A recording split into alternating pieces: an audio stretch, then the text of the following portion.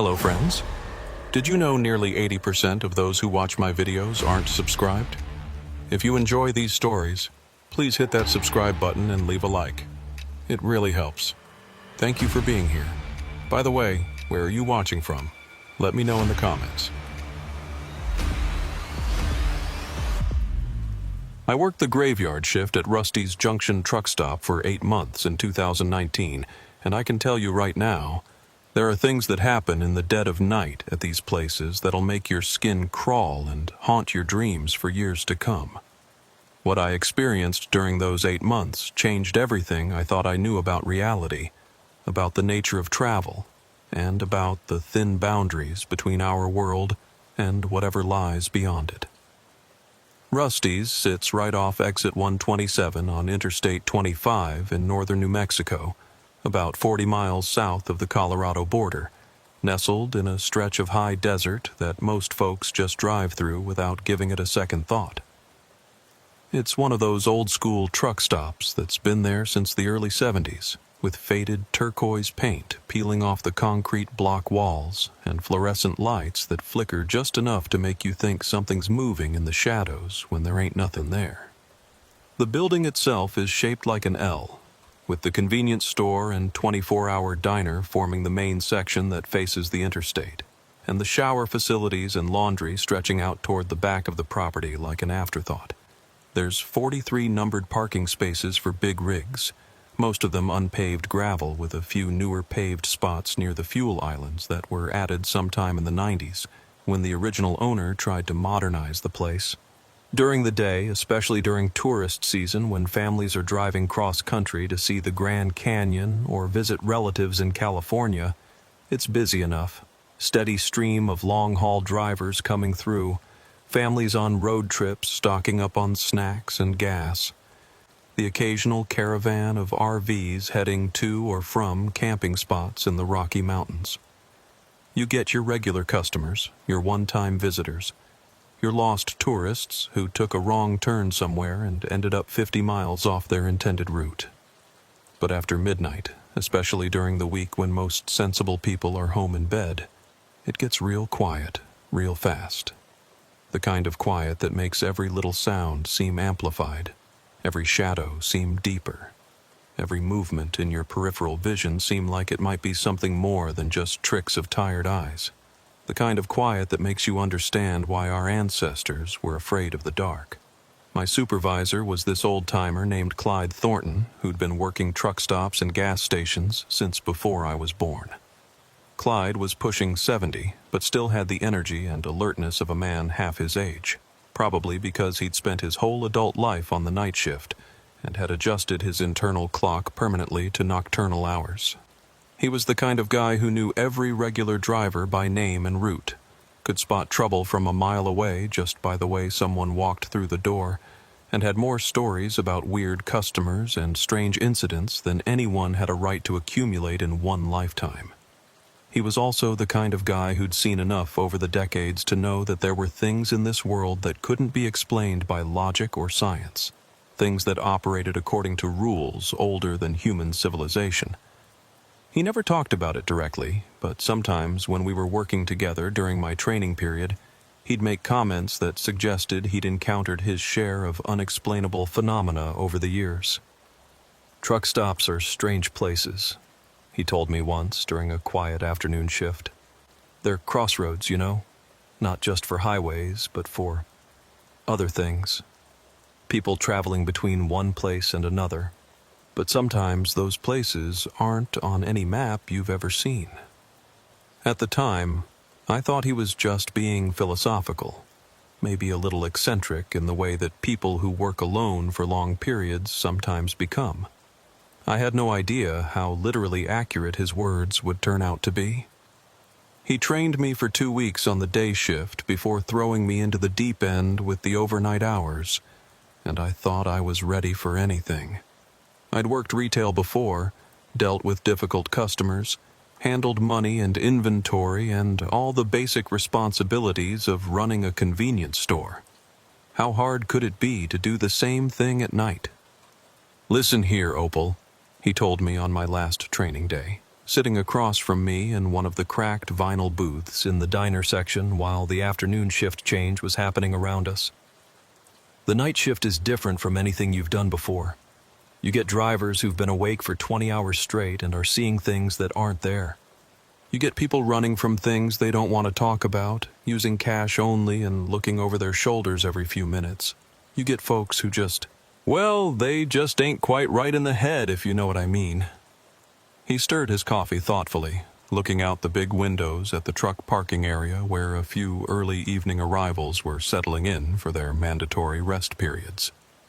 The sun was setting behind the mountains to the west, painting the desert sky in shades of orange and purple that would have been beautiful if not for the ominous feeling that seemed to hang over the place like a fog. "Most of them are harmless," he continued. "Truckers are good people by and large. They work hard, they're away from their families for weeks at a time, and they look out for each other on the road. It's the others you gotta watch out for. The ones who don't quite fit the pattern, who seem like they're playing a role instead of just being themselves. You keep your wits about you, trust your gut, and if something feels off, and I mean really off, not just weird customer off, you call me or you call the county sheriff. Don't try to be a hero."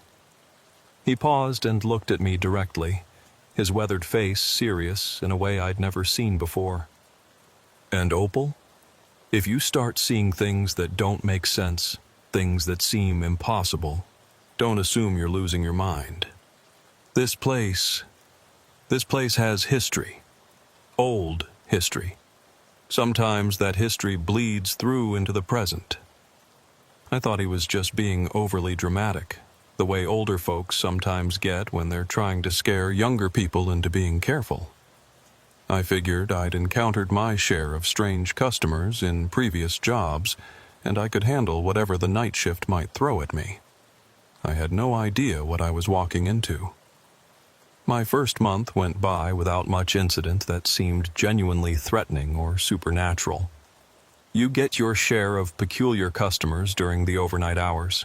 Drivers talking to themselves or to invisible passengers, people buying bizarre combinations of items like rope and candy and motor oil all together, the occasional drunk trying to buy more alcohol after we'd legally stopped selling it, tourists who'd gotten lost and ended up 50 miles off their intended route with no idea how they'd gotten there, but nothing that really set off serious alarm bells or made me question my sanity.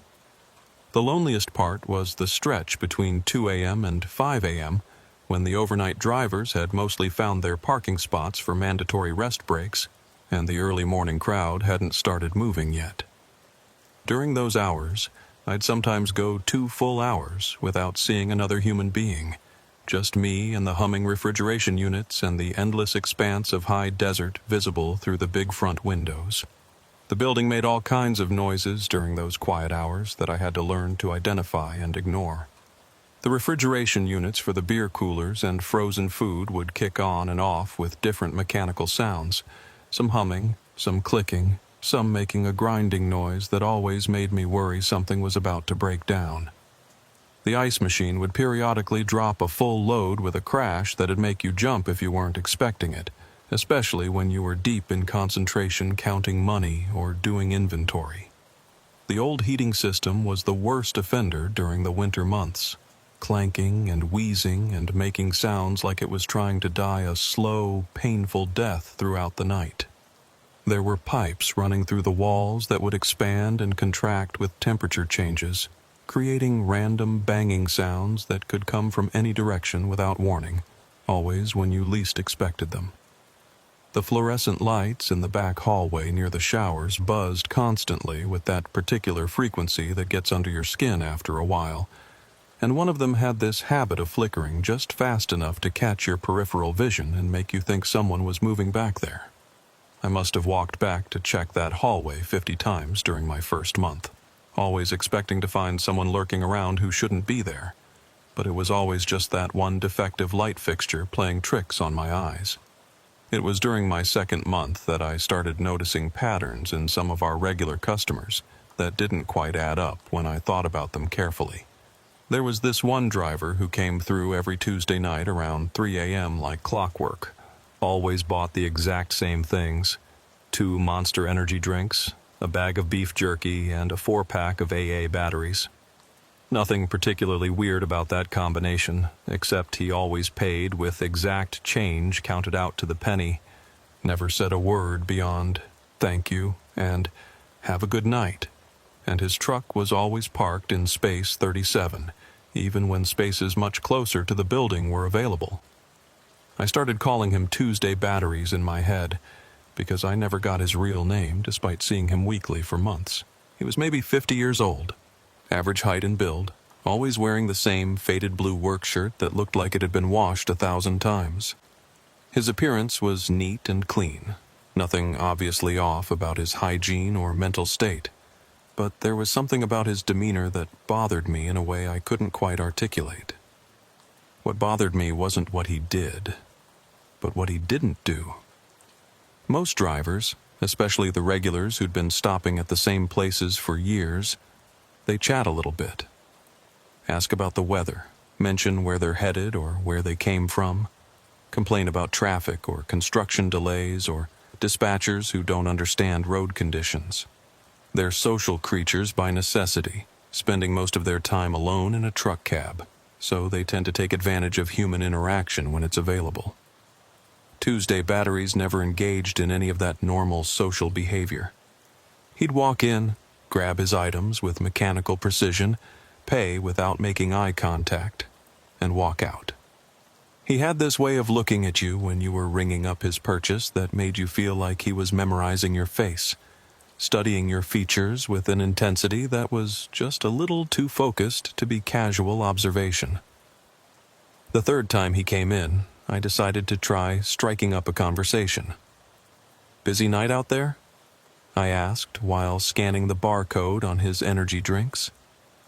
He looked at me for a long moment with these pale gray eyes that didn't seem to blink often enough, like he had to consciously remind himself to do it.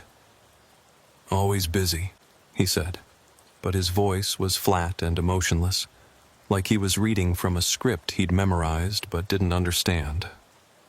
"Where are you headed tonight?" I tried again, hoping to get some kind of normal response that would put me at ease. "West," he said, still with that same flat tone. He took his change without checking it, nodded once with mechanical precision, and walked out. I watched through the big front windows as he got into his truck, a white Peterbilt with no company markings or identifying information visible, and pulled out of space 37. The weird part was, he turned east onto the interstate, not west like he'd said. That might seem like a small thing, but when you work nights at a truck stop, you start paying attention to details like that because details are what keep you safe. Drivers lie about where they're going for all kinds of reasons. Some legitimate, like not wanting to reveal valuable cargo routes to potential thieves. Some not so legitimate.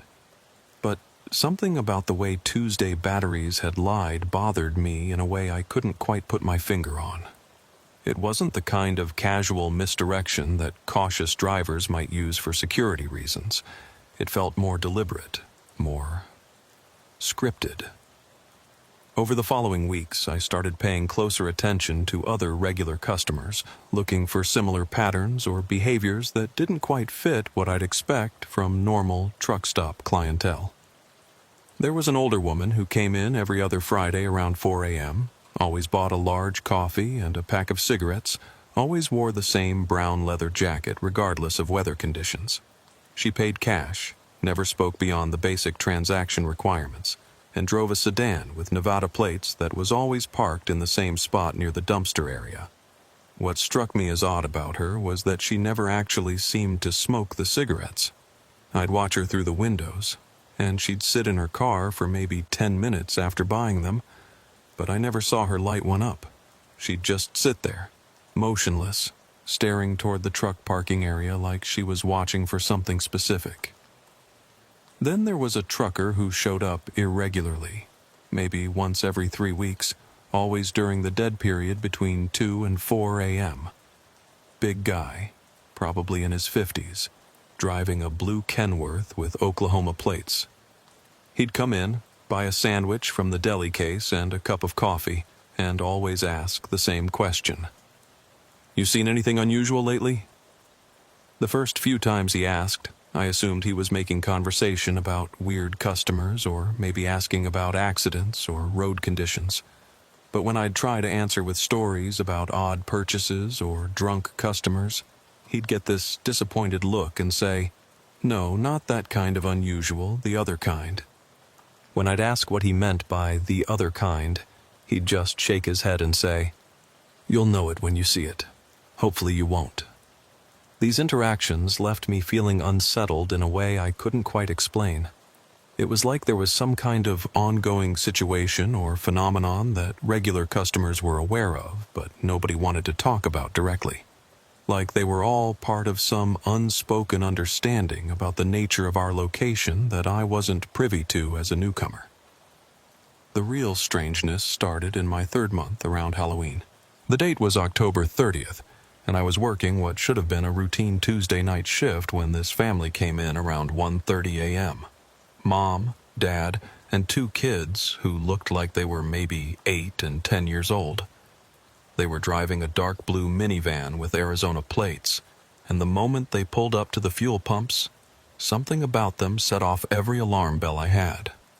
The dad came in first while the rest of the family waited in the van, and he immediately struck me as wrong in ways I couldn't immediately identify. He was tall and thin, with dark hair that looked like it hadn't been washed in several days, and his clothes were rumpled like he'd been sleeping in them for an extended period. But it wasn't just his appearance, it was his behavior. He had this nervous energy that made him keep looking over his shoulder toward the parking lot, like he was expecting someone to follow him inside. "Can I help you?" I asked from behind the counter, trying to keep my voice professional despite the unease I was feeling. "We need gas," he said, but then he just stood there staring at me instead of going to the pump or telling me how much he wanted to purchase. "What pump number?" I prompted. "Oh, 7, I think." He pulled out a credit card with hands that were shaking slightly, but not from cold. The night was warm for late October. While I was processing the payment, I could see the van through the front windows, and what I observed made my skin crawl. The woman in the passenger seat never moved, not once during the entire 10 minutes they were there. She just sat there staring straight ahead with an unnaturally rigid posture, like she was frozen in place or unconscious with her eyes open. The 2 kids in the back seat were pressing their faces against the windows, but not in the way kids usually do when they're excited or curious about new surroundings. They looked scared, genuinely terrified. Their faces were pale, their eyes were wide, and they kept looking back and forth between the store and something outside the van that I couldn't see from my angle. "You folks traveling far?"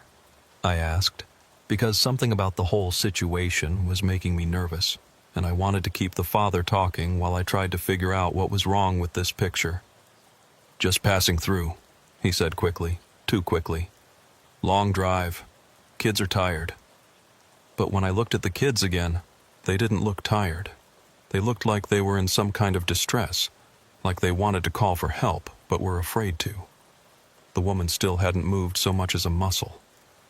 The man finished paying and started to leave, then turned back with what seemed like forced casualness.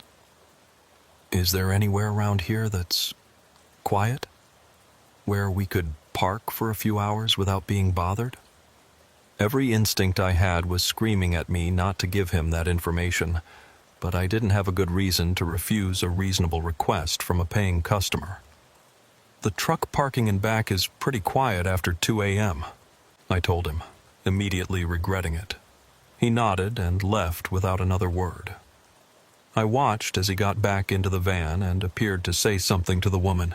She still didn't move, didn't react, didn't even turn her head to acknowledge that he was speaking. The van pulled around to the back parking area where I couldn't see it anymore from my position behind the counter.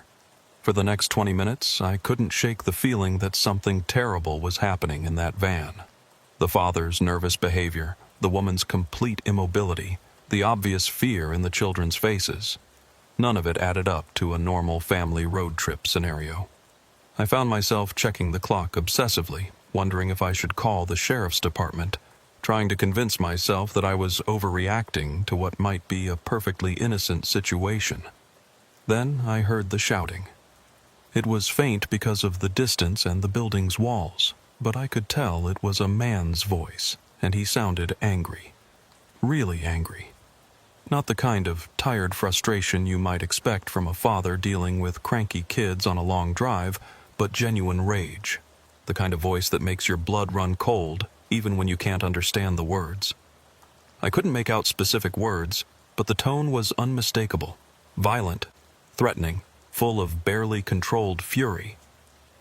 Then I heard what might have been a child crying, high-pitched and desperate, the kind of sound that cuts right through you and activates every protective instinct you have. I should have called the sheriff right then. That's exactly what Clyde had told me to do if something felt wrong. But I convinced myself I was being paranoid, that families argue when they're tired and stressed from long drives, that it wasn't my business to interfere in domestic disputes unless someone was in immediate physical danger that I could prove. The shouting continued for several minutes, getting louder and more intense, before stopping abruptly. The silence that followed was somehow more disturbing than the yelling had been. Complete, oppressive silence from the direction of the back parking area. At 3:15 a.m., Tuesday Batteries came in for his usual purchase. Same routine, same items, same mechanical precision. But when he was leaving, he paused at the door in a way that was completely out of character for his normal behavior pattern. "That family in the van," he said without turning around to look at me. "They been there long?" "About an hour and a half," I said, surprised that he'd spoken up about anything other than his transaction. He nodded slowly, like he was processing this information. "Might want to check on them." Then he left, got in his truck, and drove away. Again, he turned east instead of the west direction he always claimed to be heading. I waited another 15 minutes, telling myself I was just being cautious and professional, before I worked up the nerve to walk back to the parking area to check on the family. The van was still there, parked in the far corner where the overhead security lights didn't reach very well and the shadows were deep enough to obscure details. All the windows were fogged up from the inside, condensation thick enough that I couldn't see anything of the interior. The van was completely silent. No sounds of conversation, no sounds of movement, no sounds of life at all. I walked closer, my footsteps sounding unnaturally loud on the gravel. When I got about 10 feet away, I called out, "Excuse me, is everything okay over there?" No answer. The van remained silent as a tomb. I took a few more steps and knocked on the driver's side window. "Sir? Ma'am? Is everyone all right in there?" Still nothing. The silence was so complete it felt unnatural. No sounds of breathing, no small movements that you'd expect from people sleeping in a vehicle, no response to my presence at all. I tried the door handle, though I knew I probably shouldn't be doing it. It was unlocked. When I opened the door, the overhead light came on automatically, illuminating the interior. The van was empty, completely, impossibly empty. No people, no luggage, no personal belongings, no sign that anyone had ever been inside except for a lingering smell, something sweet and unpleasant that I couldn't identify, but that made my stomach turn. The seats looked like they'd never been sat in. The floor mats were clean. There was no trash or evidence of human occupancy anywhere. I stood there for probably a full minute, trying to make sense of what I was seeing. 4 people had gotten into this van less than 2 hours ago. I'd watched them drive back here. I'd heard them arguing, heard what sounded like someone crying. And now they were just gone. I looked around the parking area, thinking maybe they'd gotten out and walked somewhere, but there was literally nowhere to go. We were surrounded by high desert on 3 sides and the interstate on the 4th. The nearest building was another truck stop 12 miles down the road. The nearest town was 25 miles in either direction. Where could 4 people, including 2 young children, have gone on foot in the middle of the night in the middle of nowhere? I went back inside and called Clyde, even though it was almost 4 a.m. and I knew he'd be asleep. "What's wrong?" he answered on the second ring, instantly alert in the way that people who've worked emergency services develop over time. I told him about the family, about the suspicious behavior, about the shouting I'd heard, about checking the van and finding it empty. He was quiet for a long moment, and I could hear him thinking. "You sure it was the same van?" he asked. "Arizona plates, dark blue minivan, same one." "And you're sure they didn't just walk off somewhere?" "Clyde, there's nowhere to walk to. And why would they leave their van unlocked with the keys in it?" Another pause. "I'll be there in 20 minutes. Don't go back outside until I get there." While I waited for Clyde, I kept looking out the back window at the van. It was still there. Driver's door still open, interior light still on, looking exactly like what it was. An abandoned vehicle that someone had left in a hurry. But the more I stared at it, the more wrong it looked. Nothing else moved in the parking area. The half-dozen trucks that were parked for the night remained dark and silent. At one point, I thought I saw something near the van, a shadow that seemed to shift and move when I wasn't looking directly at it. But when I focused on the spot, there was nothing there. Clyde arrived with Deputy Rex Caldwell from the county sheriff's office. They spent about 30 minutes examining the van and the surrounding area with flashlights, looking for footprints or signs of where the family might have gone. When they came back inside, both of them looked puzzled and concerned. "No sign of them anywhere," Caldwell said, settling his considerable bulk into one of the diner chairs. "Van's registered to a Robert Henley from Phoenix. I'll run the plates and see what comes up, but there's no evidence of foul play. People abandon vehicles sometimes, though usually not in such good condition." "What about the family?" I asked. "I saw 4 people get into that van. I heard them arguing." Caldwell shrugged. "Could be they had another ride waiting. Could be they walked to meet someone. Could be a lot of things. Without security cameras covering the back lot, there's no way to know for sure what happened." But I knew what I'd seen. A family of 4 had driven into our parking lot, and somehow they'd vanished without a trace, leaving behind a vehicle that looked like it had never been occupied. The van sat in our lot for 3 days before a tow truck came to get it. During those 3 days, I worked 2 more night shifts, and both times I noticed things about that van that didn't feel right. The interior light stayed on the whole time, even though the door was closed and the battery should have died. On the second night, I could swear I saw movement inside it, shadows shifting behind the fogged windows like people were moving around inside. But when Clyde checked it the next morning, he said the battery was completely dead and had been for at least 24 hours. There was no way the interior light could have been on. On the third night, Tuesday batteries came in as usual. Same time, same items, same routine. But when he was paying, he looked at me with those pale gray eyes and said, "They're gone now." "Who's gone?" "The family in the van. They won't be back." He took his change and started toward the door, then paused in a way that was completely unlike his normal behavior. "But others will come. They always do." "What do you mean by that?" He turned to look at me one more time, and for the first time since I'd known him, his expression seemed almost human, almost sympathetic. "This place sits on an old route, not the interstate.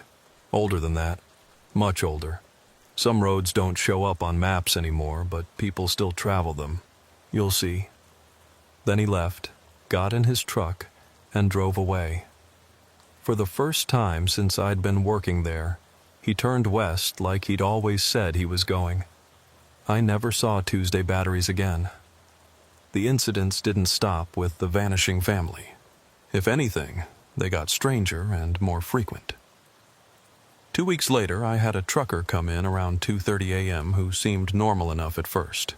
Big guy, maybe 45, wearing a cat baseball cap and a flannel shirt that looked like it had seen better days. He bought coffee and a sandwich, paid cash, made small talk about the weather and road conditions. But when he was leaving, he stopped at the door and looked back at me with an expression I couldn't quite read. "You ever hear voices in here at night?" "What kind of voices?" "Like people talking, but you can't quite make out the words. And when you try to listen closer, they stop." He shifted his weight from one foot to the other, clearly uncomfortable with the conversation, but unable to let it go. I had heard something like that, actually. Soft conversations that seemed to come from the direction of the shower area, even when I knew it was empty and locked. I'd always assumed it was pipes creaking or wind through the ventilation system, but now that he mentioned it... "Sometimes," I admitted. He nodded grimly. "This place has history. Bad history. You might want to think about finding a different job." "What kind of history?" But he was already walking out the door. I watched him get into his truck and pull away, and I realized I was shaking. That same week, I started researching the history of our location during my downtime at work. It took some digging through old newspaper archives and county records that were available online. But what I found made my blood run cold and explained a lot about the strange atmosphere that seemed to permeate the place. Rusty's Junction was built on the site of an old trading post that dated back to the 1800s. The trading post had been a stop on a route used by travelers moving between Santa Fe and the mining camps in Colorado, back when the area was still frontier territory, and the journey between settlements could take weeks through dangerous, largely unmapped terrain. According to the historical records I could find, the trading post had been the site of several violent incidents over the years: robberies, murders, unexplained disappearances. The worst incident happened in 1887, when an entire family traveling through the area vanished overnight without a trace. They'd stopped at the trading post for supplies and to rest their horses, planning to continue their journey the next morning. The family's wagon was found the next day, still hitched to their horses and loaded with all their possessions. But the family was nowhere to be found. The local sheriff conducted an extensive search of the surrounding area, but no trace of them was ever discovered. No bodies, no signs of a struggle, no indication of where they might have gone or what might have happened to them. Over the years that followed, other travelers reported strange incidents at the trading post location. People heard voices when no one was around, saw figures moving in the shadows that disappeared when approached directly, witnessed other travelers simply vanish without explanation. Some reported being approached by people in outdated clothing who spoke of roads and destinations that didn't exist on any maps. By the early 1900s, most travelers were avoiding the area entirely, taking longer routes to avoid having to stop at what had become known locally as the Lost Place. The trading post was eventually abandoned in the 1920s and left to decay in the desert sun. When the interstate system was built in the 1960s, the highway department chose to run the road right through the old trading post site, probably without knowing or caring about its history. Rusty's Junction was built in 1973, directly on top of where the main building of the trading post had stood. I was reading about all this on my phone during a slow period around 3 a.m. when I heard the voices for the first time myself. They were coming from the direction of the shower facilities, soft and indistinct, like people having a conversation in another room. But I knew the showers were empty. I'd just checked them an hour earlier as part of my routine security walkthrough. I tried to ignore the voices, telling myself it was just the building settling or maybe the heating system acting up. But they continued for almost 10 minutes, and at one point, I could swear I heard a child laughing, the same high-pitched sound I'd heard from the direction of the van that night. When the voices finally stopped, the silence that followed was so complete, it felt oppressive. Even the usual building noises, the hum of the refrigeration units, the buzz of the fluorescent lights, the clicking of the heating system, seemed muted, like someone had turned down the volume on reality itself. That's when I noticed the man standing in the shower hallway. He was tall and thin, wearing clothes that looked old-fashioned, like something from the 1800s. A dark coat that reached almost to his knees, boots that looked handmade rather than manufactured, and a wide-brimmed hat that cast deep shadows over his face. He was just standing there, perfectly still, facing toward the main store area, facing toward me. I blinked hard, thinking my eyes were playing tricks on me after hours of staring at security monitors and inventory sheets, but he was still there when I opened them. I couldn't make out his facial features because of the shadows cast by his hat, but I could feel him watching me with an intensity that made my skin crawl. "Excuse me?" I called out, my voice shaky despite my efforts to sound professional and authoritative. "The shower facilities are closed right now." He didn't respond, didn't move, just stood there in the hallway like a statue, like he'd been carved from stone and placed there by some unseen hand. I grabbed the flashlight we kept behind the counter and started walking toward the shower area, my heart pounding but my training telling me to investigate and resolve the situation. "Sir, the facilities are closed until 6 a.m. As I got closer, I could see him more clearly in the beam of my flashlight. His clothes were definitely from another era. That long dark coat looked like something a frontier preacher might wear, and his boots were clearly handmade with leather that looked old and weathered. His face was pale, almost gray, with sunken cheeks and deep-set eyes. But his eyes were completely black. No whites, no pupils, just solid black that seemed to absorb the light from my flashlight and reflect nothing back. I stopped walking. Every instinct I had was screaming at me to run, to get away from this thing that was definitely not human despite its roughly human shape. But I was frozen in place, staring into those black, empty eyes that seemed to contain depths I couldn't fathom. The man tilted his head slightly, like a curious animal examining something it didn't quite understand, and when he spoke, his voice sounded like it was coming from a great distance, echoing through tunnels or across vast empty spaces. "The road is old," he said, and each word seemed to hang in the air longer than it should have. "Older than your roads. We've been traveling it for a long time." "What? What do you want?" I managed to whisper, though my throat felt like it was closing up. "To continue our journey, as we always have." He took a step toward me, and I noticed that his boots made no sound on the tile floor, like he was floating just above the surface. "Some paths don't end, girl. They just persist." I backed away, my heart pounding so hard I could hear it in my ears and feel it in my throat. The man followed, not walking but gliding, his black eyes never leaving mine, his expression never changing from that curious, almost puzzled look. "The family you saw," he continued, his voice still echoing from that impossible distance. "They joined us, as others have, as others will. I don't understand. This place remembers. It calls to travelers, offers them rest, gives them a choice. Some choose to continue on the new road, with its maps and schedules and destinations. Others choose the old path, where time moves differently and distance is measured in different ways."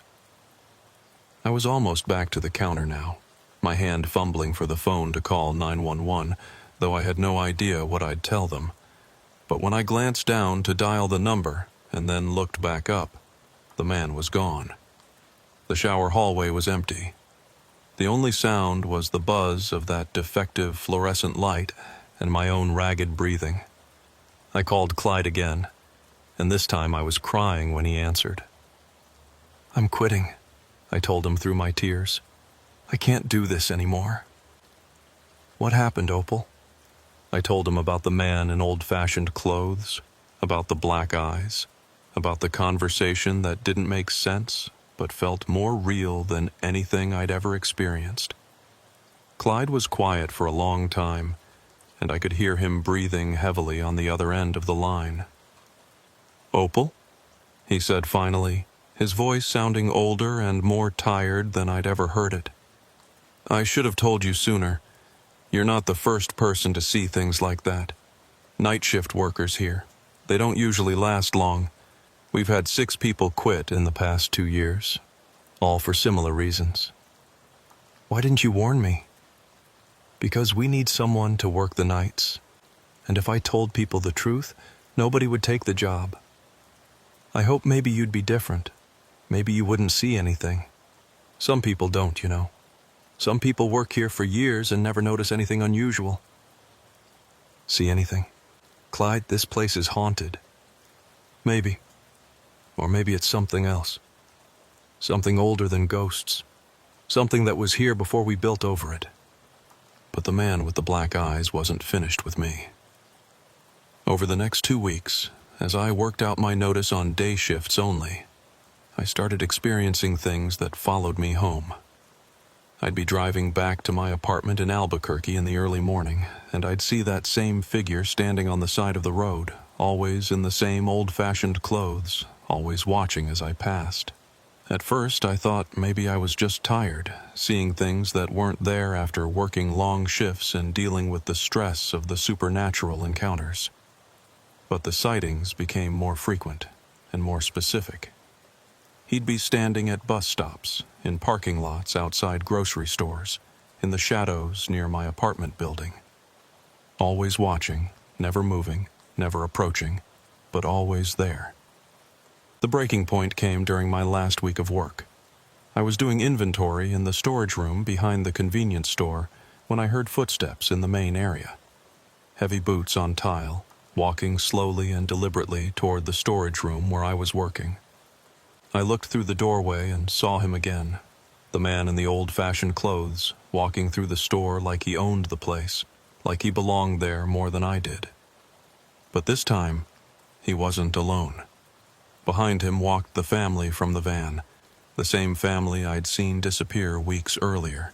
The father, the mother who'd never moved, and the 2 terrified children. They were all walking in single file, following the man in the black coat with mechanical precision. But they looked different, changed. Their skin had that same pale gray quality as the man's, and their eyes were empty. Not black like his, but empty of everything that makes eyes human. Empty of awareness, of personality, of life itself. They looked like people, but they moved like puppets, like something else was controlling their movements. They walked past the storage room without looking in my direction, heading toward the back of the building, toward the shower area. I heard a door open and close, and then silence. I waited in that storage room for 20 minutes before I had the courage to come out. When I did, the store was empty again. No sign that anyone had been there except for wet footprints leading from the front door to the shower hallway. But here's the thing that still keeps me awake at night. The footprints weren't from water. They were dark, almost black, and they had a smell to them. Sweet and unpleasant, like the smell I'd noticed in the abandoned van. I followed the footprints to the shower area, though every rational part of my brain was screaming at me not to. The trail led to shower room 7, the same room where I'd heard the knocking that first night months ago. The door was closed, but I could hear sounds coming from inside. Not voices exactly, but movement, like people getting dressed or undressed. Rustling fabric, shuffling feet, the sound of water running. I knocked on the door. "Hello? Is someone in there?" The sounds stopped immediately. Complete silence, just like that night with the van. I tried the door handle. It was locked, which was impossible because none of the shower room doors had locks that could be engaged from the inside. The facility was designed to prevent people from barricading themselves in the rooms. I stood there for a few minutes, listening, but heard nothing more. When I finally worked up the courage to get the master key and unlock the door, the room was empty, completely empty, and bone dry, like no one had used it in days. But the temperature in that room was so cold I could see my breath, and scratched into the tile wall, barely visible unless you knew to look for it, was a message. The old road welcomes all travelers. I didn't finish my 2 weeks' notice. I left that night and never went back. But the experiences didn't stop when I quit Rusty's Junction. If anything, they got worse. The man in the old-fashioned clothes started appearing more frequently, and now he was bringing others with him. Not just the family from the van, but other people I'd seen during my time at the truck stop. Drivers who'd stopped for fuel or food, customers who'd bought supplies and moved on. They'd appear at the edge of my vision when I was driving, standing in groups by the side of the road. They'd be in parking lots when I went shopping, in restaurants when I went out to eat. Always watching, always silent, always perfectly still. The worst part was that I started recognizing some of them. Faces I remembered from my months working the night shift. People who'd seemed perfectly normal when they were alive, but now had that same empty stare, that same pale gray skin.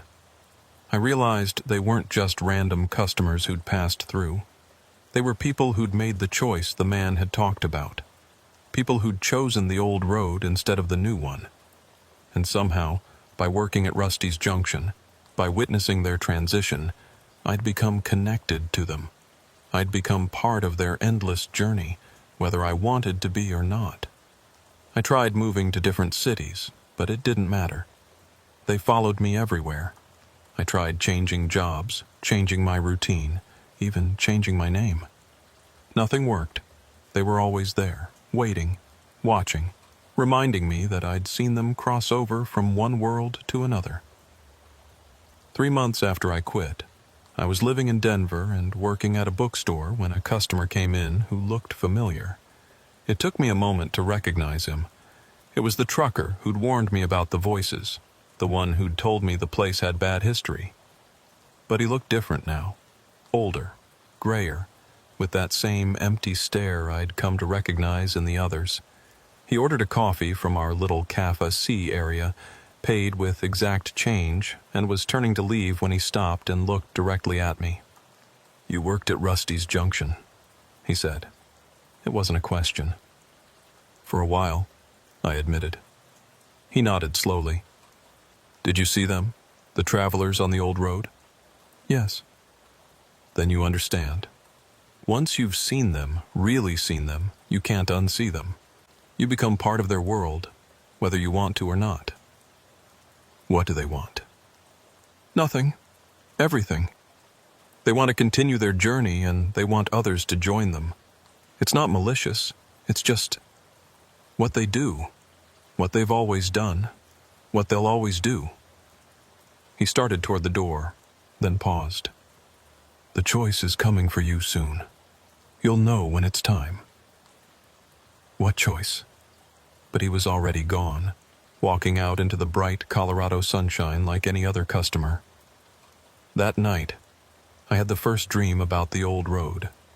I was driving through empty desert, following a route that didn't exist on any map I'd ever seen.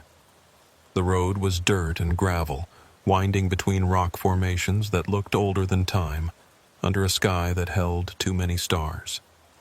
As I drove, I passed other travelers, some in cars, some in trucks, some walking. All of them had that same pale gray skin, that same empty stare. They waved as I passed, welcoming me to their eternal journey. When I woke up, I was back in my apartment, but I could still smell the desert dust and feel the vibration of the old road beneath my feet. The dreams came every night after that, each one more vivid than the last, each one making the old road seem more real, more appealing than the world I was living in. Each one showing me more travelers, more people who'd made the choice to join the endless journey. During the day, I'd see more of them. The travelers from the old road, standing in groups, always watching, always waiting. Sometimes I'd recognize faces from the truck stop. Tuesday Batteries was among them, still wearing his faded blue work shirt, still carrying that bag of batteries he'd bought every week. He never approached me directly, but I'd see him everywhere. At the grocery store, at the gas station, outside my apartment building. Always there, always watching, always reminding me that I'd been marked by my time at Rusty's Junction. The breaking point came 6 months after I'd quit. I was driving home from work one evening when I saw a familiar sight ahead. A dark blue minivan with Arizona plates, parked on the shoulder of the highway. The same van the family had been driving that night at Rusty's Junction. I should have kept driving. Every rational part of my brain was screaming at me to keep going, to not get involved. But something compelled me to pull over. The van was empty, just like it had been that night in the truck stop parking lot. But the driver's door was open, and the keys were in the ignition. The engine was running. As I stood there trying to decide what to do, I heard footsteps on the gravel behind me. I turned around and saw him, the man in the old-fashioned clothes, walking toward me with that same gliding gait I remembered from the truck stop. "Hello, Opal," he said, and his voice was exactly as I remembered it, distant, echoing, like it was coming from somewhere far away. "What do you want?" "To offer you the same choice I offer all travelers, the new road or the old road." "I'm not a traveler. I'm just trying to live my life." He smiled, and it was the most terrifying expression I'd ever seen. Not because it was malevolent, but because it was genuinely kind, genuinely caring, genuinely understanding. Everyone is a traveler, Opal. Some people just don't know it yet. What happens if I choose the old road? You join us. You become part of something larger than yourself, something that has existed since before your highways, before your cities, before your civilization. You become part of the eternal journey. And if I choose the new road? You continue as you are, but you'll always know we're here. You'll always see us, always feel us watching. The old road will call to you every day until you can't resist anymore. I looked around at the empty highway, at the vast desert stretching in all directions. In the distance, I could see other figures approaching. The travelers from the old road, coming to witness my decision. How long do I have to decide? No time at all the time in the world. The choice is always now, Opal. It's always been now. I closed my eyes and tried to think clearly. What kind of life was I living? Constantly looking over my shoulder, constantly afraid of shadows that might or might not be there. What kind of existence was it to be forever haunted by something I'd witnessed during 8 months of working the night shift at a truck stop? When I opened my eyes, the man was closer. Close enough that I could see myself reflected in those black, pupilless eyes. "The old road welcomes all travelers," he said, repeating the words I'd seen scratched into the shower room wall. I looked at the van, still running, still waiting.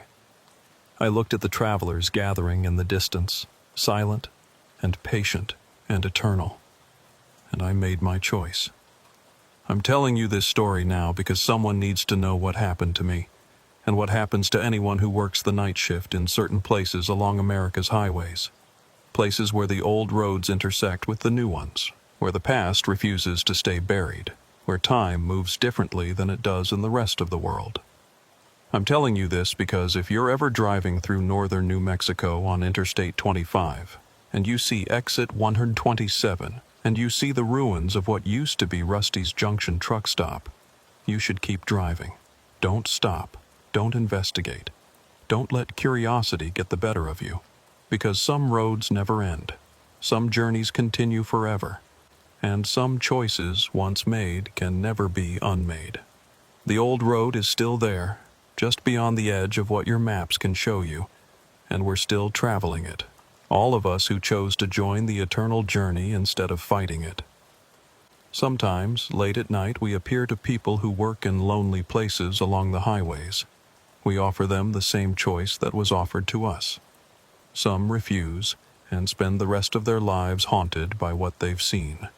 Others accept and join us on the road that has no beginning and no end. I chose the old road that night on the highway shoulder. I chose to join the eternal journey, to become part of something that existed before maps and will exist after the last highway crumbles back to dust. You might think that was the end of my story, but it's really just the beginning. Because now I'm one of the travelers, one of the watchers, one of the ones who appears to people working the night shift in lonely places. I've seen the world from the perspective of the old road, and I can tell you that time moves differently here. What feels like moments can be years in your world, and what feels like centuries can be heartbeats. We exist in the spaces between seconds, in the gaps between thoughts, in the silence between words. We travel routes that were old when your ancestors were learning to make fire. We stop at places that remember what the land was like before your cities, before your roads, before your civilization carved its scars across the earth. And sometimes, we stop at truck stops. Not to cause harm, not to frighten or threaten or hurt, but to offer the choice. To give people the opportunity to join something eternal, something that transcends the temporary concerns of your linear existence. Most people can't see us. They live their lives focused on destinations and schedules, on getting from point A to point B as efficiently as possible. They don't notice the travelers on the old road, don't see the paths that wind through spaces between spaces. But some people can see us. Usually people who work alone, who spend long hours in liminal places where the boundary between one world and another grows thin. Night shift workers, security guards, truck drivers who've been on the road too long. People like you might become, if you're not careful. The truck stop where I used to work, Rusty's Junction, was torn down 3 years after I left. The state was widening the interstate, and the building was right in the path of the new construction. The demolition crew reported some strange incidents during the teardown. Tools going missing, equipment malfunctioning for no apparent reason, workers hearing voices when no one else was around. But the strangest thing, according to Clyde, who called to tell me about it, was what they found when they were digging up the foundation. Buried beneath the concrete floor of the main building, they discovered the remains of an old stone foundation that looked much older than anything that should have been there. The stones were arranged in a pattern that didn't match any known architectural style, and some of them had markings carved into them that nobody could identify. Strange symbols that looked like they might be writing, but not in any language anyone recognized. The construction supervisor wanted to call in archaeologists to examine the find, but the next morning, all the stones were gone, just vanished overnight, along with any evidence that they'd ever been there. The new truck stop that replaced Rusty's Junction is bright and modern, with LED lighting, security cameras, and all the amenities that travelers expect in the 21st century. It's located about half a mile east of the original site, on a patch of ground that has no history, no stories, no connection to the old routes that crisscrossed the territory before highways existed. From what I hear, the night shift workers there don't report any unusual incidents. No strange customers, no unexplained voices, no men in old-fashioned clothing with black eyes. But sometimes I wonder if moving the truck stop really solved the problem, or if it just moved the problem somewhere else. Because roads have a way of finding new paths when the old ones are blocked, and travelers, whatever kind of travelers they might be, have a way of adapting to changes in the landscape. Maybe they're still out there, following routes that exist in the spaces between your maps, stopping at places that serve as crossroads between the world you understand and the worlds you don't. Maybe they're still offering choices to anyone willing to listen, still calling to people who work the night shifts in lonely places where the boundary between past and present grows thin. I hope you never find out. But late at night, when you're alone and the world feels vast and mysterious, if you start seeing things that don't quite make sense, if you start hearing voices that speak of journeys without end, if you start noticing travelers who don't quite fit the patterns you expect. Remember this story. Remember that some roads are older than the ones we've mapped. Remember that some choices, once offered, will keep being offered until they're accepted. And remember that when the choice comes, and it will come, if you've truly seen us, you'll have to decide whether you want to spend the rest of your life looking over your shoulder, or whether you want to join something larger than yourself. But let me tell you more about what I've learned during my time on the old road, because there are things you need to understand if you're going to protect yourself from what's coming. The old road isn't just one path. It's a network, a web of routes that stretch across the continent and beyond, connecting places that exist outside of normal geography. Some of these routes follow ancient Native American trails, others trace the paths of early European explorers, and still others seem to have no connection to human history at all, as if they were carved into the landscape by forces that predate human civilization entirely. Every truck stop, every gas station, every rest area sits at the intersection of these old and new roads, whether the people who built them knew it or not. Most of the time, the intersection is dormant, inactive. The old road sleeps beneath the new one, and travelers pass through without ever knowing what lies beneath the asphalt and concrete. But sometimes, the intersection becomes active. Usually during certain times of year, or when specific atmospheric conditions align, or when enough travelers have passed through to weaken the barrier between worlds. When that happens, people start disappearing. Not in dramatic ways that attract attention, but quietly, subtly. A family checks into a motel and is never seen checking out. A trucker stops for fuel and never arrives at his destination. A night shift worker simply doesn't show up for their next shift. The authorities investigate, of course. Missing person reports are filed, search parties are organized, theories are developed. But the investigators are looking for explanations that exist within their understanding of reality, and what's actually happening operates according to much older rules.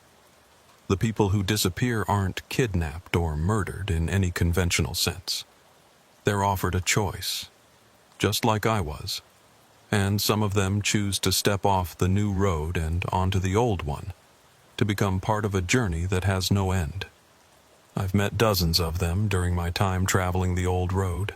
Truck drivers from the 1950s who stepped out of their cabs one night and never looked back. Gas station attendants from the 1960s who walked away from their shifts and into something larger than themselves. Travelers from every decade since the interstate system was built, all of them carrying their own stories about the moment they were offered the choice. But it's not just modern travelers. The old road has been collecting passengers for centuries, maybe millennia. I've encountered traders from the 1800s, still wearing their period clothing, still carrying the goods they were transporting when they decided to join the eternal journey. Native Americans who were traveling the paths before Europeans ever set foot on the continent.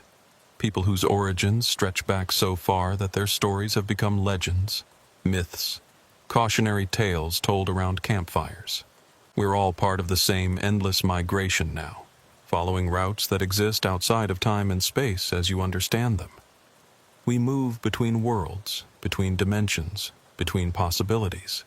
Sometimes we travel through the past, witnessing events that shaped the landscape we move through.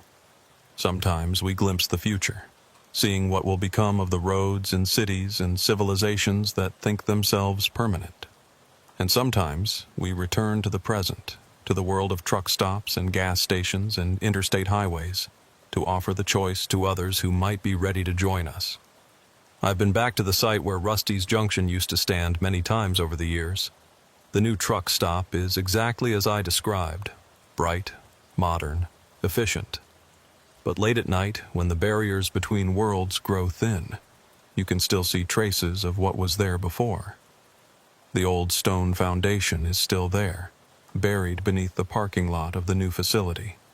The symbols carved into the stones still pulse with whatever energy created them centuries ago. And sometimes, when conditions are right, Travelers on the old road stop there just as they always have. The new night shift workers can't see us most of the time. They're too focused on their schedules and procedures, too grounded in the reality of credit card transactions and inventory counts. But occasionally, one of them will glimpse something out of the corner of their eye. A figure in old-fashioned clothing walking through the parking lot. Voices speaking in languages that predate English. Vehicles that look like they belong in a different century. When that happens, when someone starts to see through the barriers that separate the old road from the new one, we know they're candidates for the choice. Not immediately. It takes time for the connection to strengthen, for the visions to become clear, for the person to understand what they're really seeing. But eventually, the choice comes. It always does, for people who've truly seen us. I was present the last time it happened at the new truck stop. A young man named Marcus, who'd been working the night shift for about 6 months, started reporting strange incidents to his supervisor. Customers who paid with coins that looked antique. Voices speaking in the shower area when it was supposed to be empty. Vehicles parked in the lot that weren't there when he checked the security cameras. His supervisor, a practical woman who'd never worked nights herself, dismissed the reports as stress and exhaustion. She suggested Marcus switch to day shifts, take a vacation, maybe see a doctor about possible sleep disorders. But Marcus knew what he was seeing was real. He started researching the history of the location, just like I had years earlier. He found the same newspaper articles about the old trading post, the same records of disappearances and strange incidents. And he began to understand that he was part of a pattern that stretched back much further than the existence of the modern truck stop. The night I approached him, he was doing inventory in the storage room, just like I had been during my last week at Rusty's Junction. He looked up when I walked in, and I could see in his eyes that he recognized me from his dreams. "You're one of them," he said.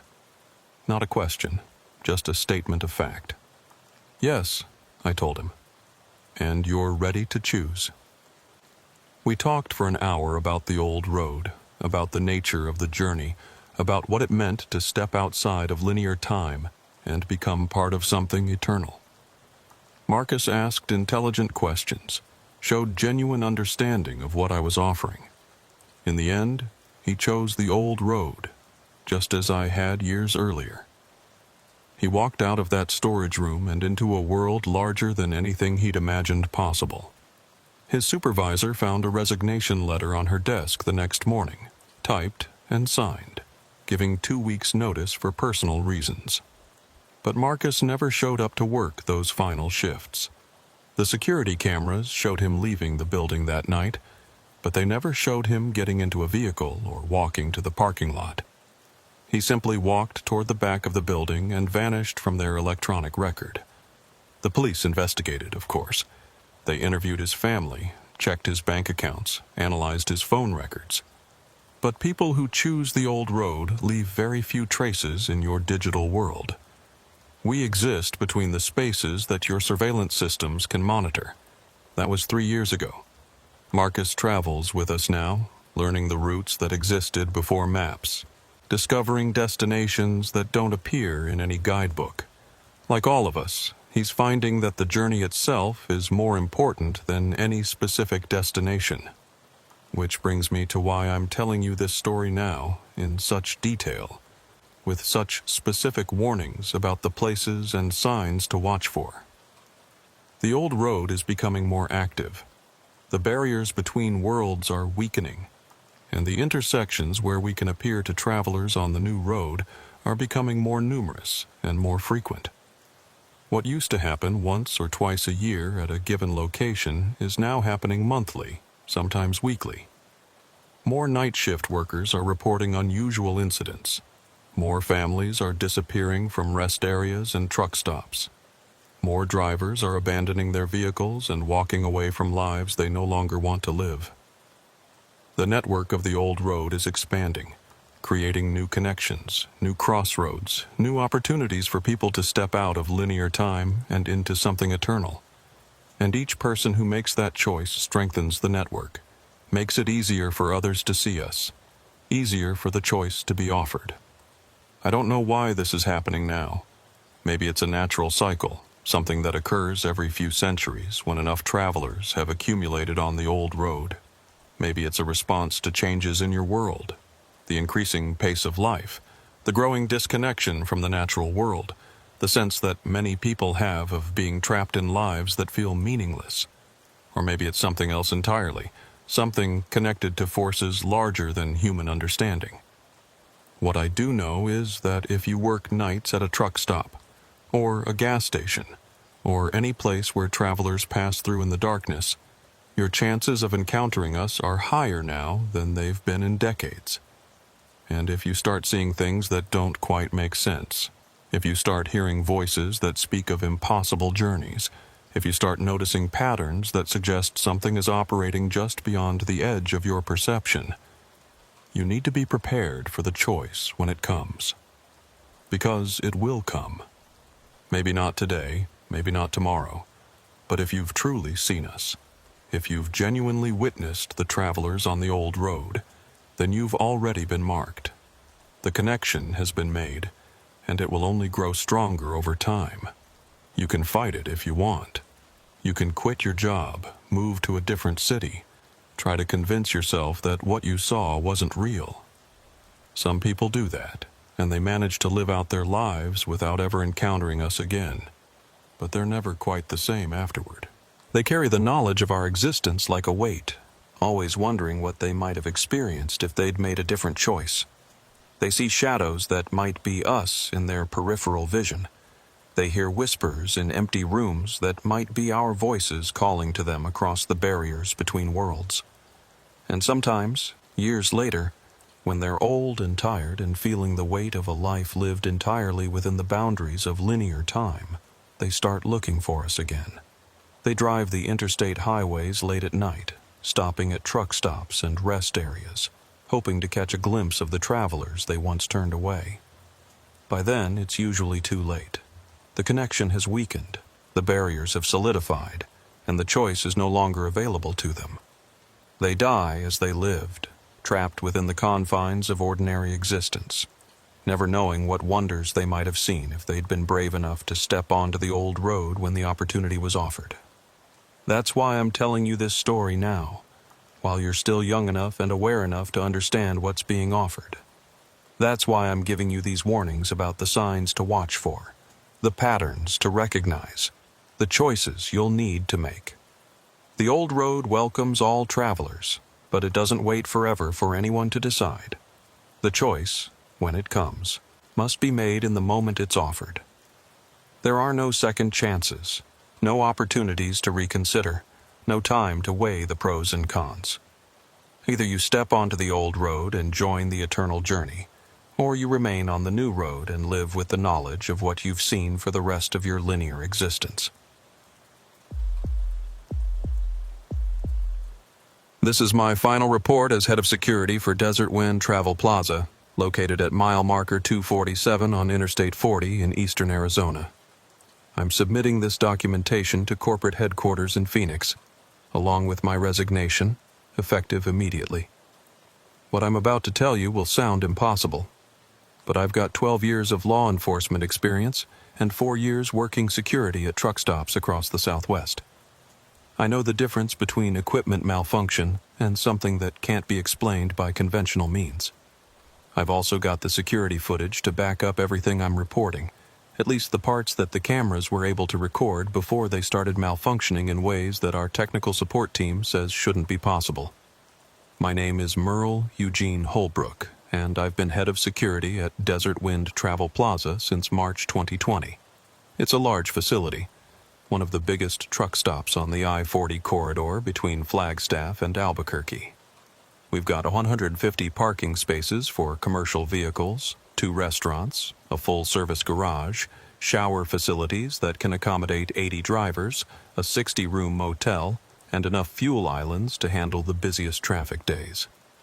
I work the overnight shift, 10 p.m. to 6 a.m., which means I spend most of my time monitoring our comprehensive security camera system and conducting walking patrols around the property. During peak hours, we might have 200 people on the premises at any given time. After 2 a.m., it's usually quiet except for drivers arriving for mandatory rest periods, the occasional late-night traveler, or maintenance issues that can't wait for morning. The night of November 8th, 2023, started normal enough. Clear skies, temperature in the mid-50s, moderate traffic for a Wednesday night. I had about 60 trucks in the lot, a dozen cars at the fuel islands, and maybe 30 rooms occupied in the motel. Nothing that should have caused any problems. At 11:47 p.m., a driver named Buster McKenzie pulled into Space 73 with a refrigerated load headed for Los Angeles. I knew Buster from his previous stops. Experienced driver, always professional, never any trouble. He parked his rig, completed his post-trip inspection, and headed inside to grab dinner at the main restaurant. Standard routine that I'd seen hundreds of times. That's when the security cameras started recording things that shouldn't have been possible. At 12:15 a.m., I was doing my hourly review of the camera feeds when I noticed something odd on Monitor 7, which covers parking spaces 65 through 80. Buster's truck was there, but there appeared to be someone standing next to his trailer who definitely wasn't Buster. The figure was tall and thin, wearing what looked like an old-fashioned suit and just standing perfectly still beside the truck. This was concerning for multiple reasons. First, unauthorized people wandering around the truck parking area at night is a major security issue. Second, Buster was inside the restaurant, so whoever this was had no legitimate reason to be near his vehicle. Third, I'd been monitoring the cameras continuously, and I hadn't seen anyone approach that truck. I switched to the recorded footage to see where this person had come from. According to the timestamp, at 12:14:47, the parking area around Buster's truck was empty. At 12:14:48, the camera feed flickered briefly, just a momentary disruption that lasted maybe half a second. When the image cleared at 12:14:49, the figure was standing there. Nobody can materialize next to a truck in half a second. It's physically impossible. But there it was, right in the digital record. I grabbed my flashlight and radio and headed outside to investigate. The truck parking area was well lit by overhead sodium lights, and I could see Buster's rig clearly from about 100 yards away. There was nobody there. No sign that anyone had been there recently. I walked over to examine the area around the truck. The gravel showed no footprints except for Buster's tracks from when he'd done his inspection earlier. I checked the trailer doors, still sealed and locked. Nothing appeared to have been disturbed. But here's the thing that made my skin crawl. The area around the truck was noticeably colder than the surrounding parking lot. I'm talking about a temperature difference significant enough that I could feel it immediately when I walked into that space. I checked it with my digital thermometer, and the air temperature near the truck was 11 degrees lower than the ambient temperature just 10 feet away. I radioed the main office to report the incident, but got only static in response. My handheld had full signal strength and fresh batteries, but every channel was broadcasting the same low-level interference with occasional sounds that might have been voices if you listened carefully enough. At 12:43 a.m., I was back in the security office reviewing the footage when Monitor 12 went completely black. Monitor 12 covers the shower and restroom facilities, and it had been working perfectly all evening. I checked the connections, tried resetting the system, even went outside to physically examine the camera housing. Everything appeared normal, but the camera simply wasn't transmitting any image. That's when I heard the knocking. It was coming from the direction of the shower facilities, a slow, rhythmic tapping like someone knocking on a door. But according to our electronic keycard system, all the shower rooms were unoccupied, and the doors to empty rooms don't lock from the inside anyway. I took my flashlight and went to investigate, following the sound down the hallway to the shower area. The knocking was definitely coming from shower room 15, which our system showed as vacant and available. "Maintenance," I called out, thinking maybe someone was working on plumbing issues during the overnight hours. "Is someone in there?" The knocking stopped immediately. The silence that followed was so complete I could hear the ventilation fans in other parts of the building, but nothing from room 15. I tried the door handle. It turned freely, and the door opened to reveal an empty shower room. The lights were off. There was no sign that anyone had been inside recently, and all the surfaces were bone dry like they hadn't been used in hours. But the temperature in that room was at least 20 degrees colder than the hallway, and my breath was visible when I exhaled. I checked 3 other shower rooms, and they were all normal temperature. I closed the door to room 15 and was heading back to the security office when I heard the knocking start again. This time it was coming from room 23, on the opposite end of the hallway. I didn't investigate room 23. Something about the whole situation was setting off every alarm bell I had, and my 12 years of law enforcement experience was telling me to document everything and call for backup rather than wandering around alone investigating supernatural phenomena. Except Monitor 12 was still dead, so I couldn't document anything happening in the shower area. At 1:18 a.m., multiple cameras started malfunctioning simultaneously. Monitors 3, 7, 11, and 15 all went dark within a span of 10 minutes. These cameras covered different areas of the facility and were connected to separate circuits, so there was no technical reason for them to fail together. I started a manual patrol of the areas where cameras had failed, beginning with the fuel islands covered by Monitor 3. Everything looked normal there. One truck fueling up, the driver standing beside his cab, smoking a cigarette and talking on his cell phone. The driver was someone I'd never seen before, maybe 60 years old, wearing a baseball cap and work clothes that looked like they'd seen better days. When I approached, he nodded politely and said good evening. "Busy night?" he asked, flicking ash from his cigarette. "Quiet enough," I replied. "Just making my rounds. You passing through?" "Always passing through," he said. But something about the way he said it made me look at him more closely. That's when I noticed his truck. It was an older model Kenworth, probably from the late 1970s, painted in a faded red and white color scheme that looked original to the vehicle. The truck was in remarkable condition for its age. No rust, no dents, chrome that gleamed even under the harsh sodium parking lot lights. But there was no fuel nozzle connected to it. The driver was standing next to the truck like he was fueling up. The pump was showing an active transaction on the digital display, but there was no fuel line running from the pump to the vehicle. "Having trouble with the pump?" I asked. The driver looked down at the pump, then back at me. "Seems to be working fine." I looked at the display again. It was showing that he'd pumped 127 gallons of diesel fuel, which was impossible for multiple reasons. First, his truck's fuel tanks couldn't hold that much. Second, 127 gallons would have taken at least 25 minutes to pump, but I'd only been watching him for about 5 minutes. Third, there was no fuel line connected to his truck. "Sir, I think there might be a problem with the pump. Let me reset it for you." "No need," he said. "I'm finished." He walked around to the driver's side of his truck and climbed up into the cab like everything was perfectly normal.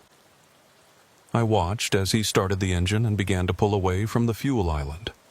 According to the pump display, he'd purchased $400 in 2023 worth of diesel fuel without ever connecting a hose to his vehicle.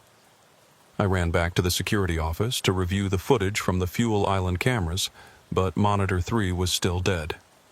There was no digital record of what I'd just witnessed.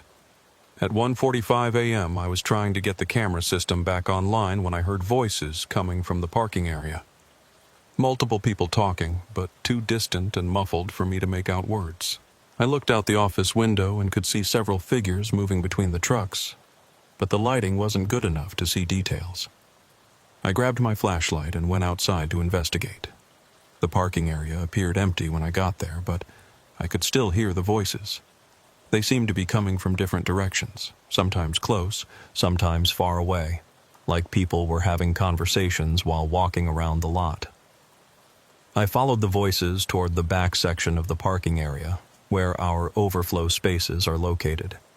As I got closer, I could make out what sounded like multiple conversations happening simultaneously. Men's voices, women's voices, even what might have been children talking. But every time I got close to where the voices seemed to be coming from, they would stop, and I'd hear them start up again from a different location. This continued for about 15 minutes. I'd walk toward voices in one area, they'd stop, then I'd hear different voices from another direction. It was like playing a game of acoustic hide-and-seek with invisible people. Finally, I stopped moving and just stood still in the middle of the parking area, listening. The voices continued around me, definitely human voices having normal conversations, but I couldn't understand the words. It was like listening to people talking in another room through thick walls. Then I realized what was bothering me about the voices. They weren't just muffled or distant. They sounded old. Not elderly, but old in a different way, like recordings from decades ago that had been played through vintage equipment. The speech patterns, the cadence, even the background sounds were subtly different from modern conversations. At 2:07 a.m., I returned to the security office to find that all the dead monitors had suddenly come back online. Every camera was working perfectly, showing clear images of their assigned areas. But according to the system logs, they'd never gone offline. The computer showed continuous recording throughout the entire time I'd been experiencing the malfunctions. I reviewed the recorded footage from the past 2 hours, looking for evidence of the incidents I'd witnessed. The timestamp showed that at 12:14, there was indeed a brief flicker on monitor 7. But when the image cleared, there was no figure standing next to Buster's truck. The parking area was empty, just as it should have been. The fuel island footage showed the driver I'd encountered, but in the recorded version, he was properly connected to the fuel pump and conducting a normal transaction. The pump display showed a reasonable amount of fuel being dispensed, and he paid with a credit card in the normal way. The shower area footage was the most disturbing. According to the cameras, I'd never gone to investigate any knocking sounds. The recordings showed me sitting in the security office the entire time, with no audio of knocking or any other unusual sounds. But I knew what I'd experienced. I had the temperature readings on my digital thermometer to prove that something unusual had happened in those shower rooms. I had the memory of standing in rooms that were 20 degrees colder than they should have been, of hearing knocking sounds that had no source. The problem was, none of it existed in the digital record. At 2:33 a.m., a new truck pulled into the parking area, a blue Freightliner with Nevada plates. The driver was a woman, maybe 40 years old, who parked in space 94 and headed inside for what I assumed would be a meal and shower before her mandatory rest period. 20 minutes later, Monitor 14 picked up movement in the parking area near her truck. A figure was walking slowly around the Freightliner, appearing to examine it carefully. The figure was tall and thin, wearing what looked like an old-fashioned dark suit, just like the one I'd seen earlier near Buster's truck. This time, I was ready. I had cameras recording, I had my digital thermometer, and I was determined to document whatever was happening at our facility. I grabbed my equipment and headed outside, keeping my radio tuned to the security channel in case I needed backup. The figure was still visible on the monitor when I left the office, walking slowly around the truck like it was conducting some kind of inspection. When I reached Space 94, there was nobody there. But the area around the truck was significantly colder than the surrounding parking lot, just like it had been earlier. I documented the temperature difference, 13 degrees lower than ambient, and took photos of the truck and surrounding area. I was taking measurements when I heard footsteps on the gravel behind me. I turned around and saw the female driver walking toward me from the direction of the main building. "Is there a problem with my truck?" she asked, looking concerned. "Just conducting a routine security check," I told her. "Did you see anyone around your vehicle in the past few minutes?" She shook her head. I've been inside getting dinner. Why? I explained that our cameras had picked up someone in the area and I was investigating. She walked around her truck with me, checking that everything was secure, but we found no evidence that anyone had tampered with anything. That's weird, she said, looking at my thermometer. Why is it so cold right here? It feels like someone left a freezer door open. So I wasn't imagining the temperature anomalies. Other people could feel them too.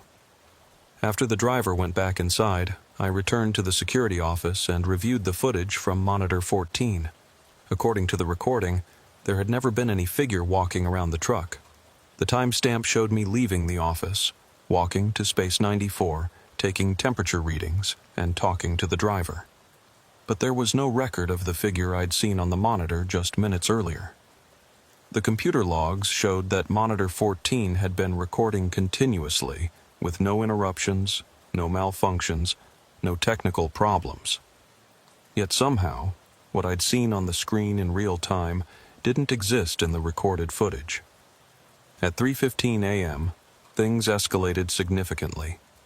I was reviewing camera feeds when I noticed unusual activity on multiple monitors simultaneously.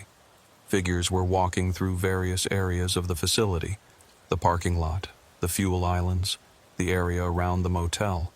Not just one or two people, but dozens of them, all moving with purpose but in directions that didn't make sense. Some appeared to be walking through solid objects: trucks, buildings, fuel pumps. Others were moving in straight lines that took them into areas where there were no paths or walkways. All of them were wearing clothing that looked like it came from different time periods, ranging from what might have been 1950s work clothes to more formal attire that could have been from the early 1900s. I called up the recorded footage on a second monitor to document what I was seeing, but the recordings showed empty parking lots and normal facility operations. Whatever was happening was visible in real time, but wasn't being captured by the digital recording system. I grabbed my radio to call for backup from the county sheriff's office, but every channel was broadcasting the same interference I'd encountered earlier. Instead of static, though, I was hearing voices. Dozens of different voices, all talking at once, creating a cacophony of conversation that made it impossible to understand individual words. The voices sounded like they were coming from different decades. Some had the clear, formal speech patterns of radio announcers from the 1940s. Others used slang and expressions that seemed to come from various periods throughout the latter half of the 20th century. A few sounded more contemporary, but even those seemed somehow disconnected from the present moment. I tried my cell phone, but it was showing no signal despite being in an area where coverage was normally excellent. At 3:47 a.m., the situation became completely surreal. All of the monitors in the security office were now showing the facility as it existed in real time, but populated with people who shouldn't have been there. I could see them walking through the parking lot, standing in groups near the fuel islands, entering and exiting the shower facilities. Some were driving vehicles that looked like they came from different eras. Trucks from the 1960s and 70s, cars that appeared to be from even earlier periods. But when I looked out the office window at the actual facility, everything appeared normal. Empty parking spaces where the monitors showed vintage trucks, quiet fuel islands where the screens displayed clusters of people in period clothing. I was witnessing two different versions of reality simultaneously. One visible through the security cameras, one visible through direct observation. And they didn't match. The most disturbing part was that the people on the monitors seemed to be aware of the camera system. Some of them would look directly into the cameras, as if they knew they were being watched. A few even appeared to be trying to communicate, holding up signs or gesturing toward the cameras in ways that suggested they had messages they wanted to convey. One figure in particular caught my attention. An older man wearing a 1950s-style work uniform was standing directly in front of camera 8, holding what appeared to be a handwritten sign. I zoomed in on the image and could make out the words, "Help us find the road home." I tried to respond by speaking into the camera microphone, asking if he could hear me, but there was no indication that any sound was getting through to whatever realm or dimension these people existed in. At 4:23 a.m., I made a decision that I immediately regretted. I left the security office and walked out into the parking area, hoping to make direct contact with whoever or whatever was creating these manifestations. I could see them clearly on the monitors. Dozens of people in period clothing, vintage vehicles, signs of activity throughout the facility. But when I stepped outside, I was alone in a normal, quiet truck stop parking lot. I walked to the exact spot where I'd seen the man with the sign on camera 8. According to the monitor, he was still standing there, still holding his message about finding the road home. But I was standing in an empty space, feeling only the normal night air and seeing only the standard sodium light illumination. Then I heard my name being called. "Merle," said a voice that seemed to come from everywhere and nowhere at once. "You can see us now." I looked around but saw nobody. The voice seemed familiar, but I couldn't place it. "Who's there?" I called out. "Workers, travelers, people who got lost between one place and another." The voice was clearer now, coming from a specific direction, toward the shower facilities. I walked in that direction and gradually began to see them. Not clearly at first, just shapes and shadows that seemed more solid than they should have been. But as I got closer, the figures became more distinct. There were dozens of people in the area around the shower building. Men and women wearing clothing from various decades, all looking tired and confused, like they'd been traveling for a very long time without reaching their destination. "What do you want?" I asked. "To finish our journeys," said the voice. It was coming from the man I'd seen on the monitor, the one with the sign. Up close, I could see that his work uniform had a name patch that read Frank and a logo for a trucking company I didn't recognize. "Where are you trying to go?" "Home," he said, "but the roads keep changing. We stop here to rest, to figure out which direction to take, but when we try to leave, we end up back where we started." "How long have you been here?" Frank looked confused by the question. "Time moves differently when you're lost. Could be days, could be years. We don't really know anymore." I looked around at the other figures. They all had that same tired, confused expression, like people who'd been driving for hours and couldn't remember where they were supposed to be going. "This is Desert Wind Travel Plaza," I told them. "Interstate 40, mile marker 247, Arizona." "That's not where we stopped," said a woman wearing a 1960s-style dress.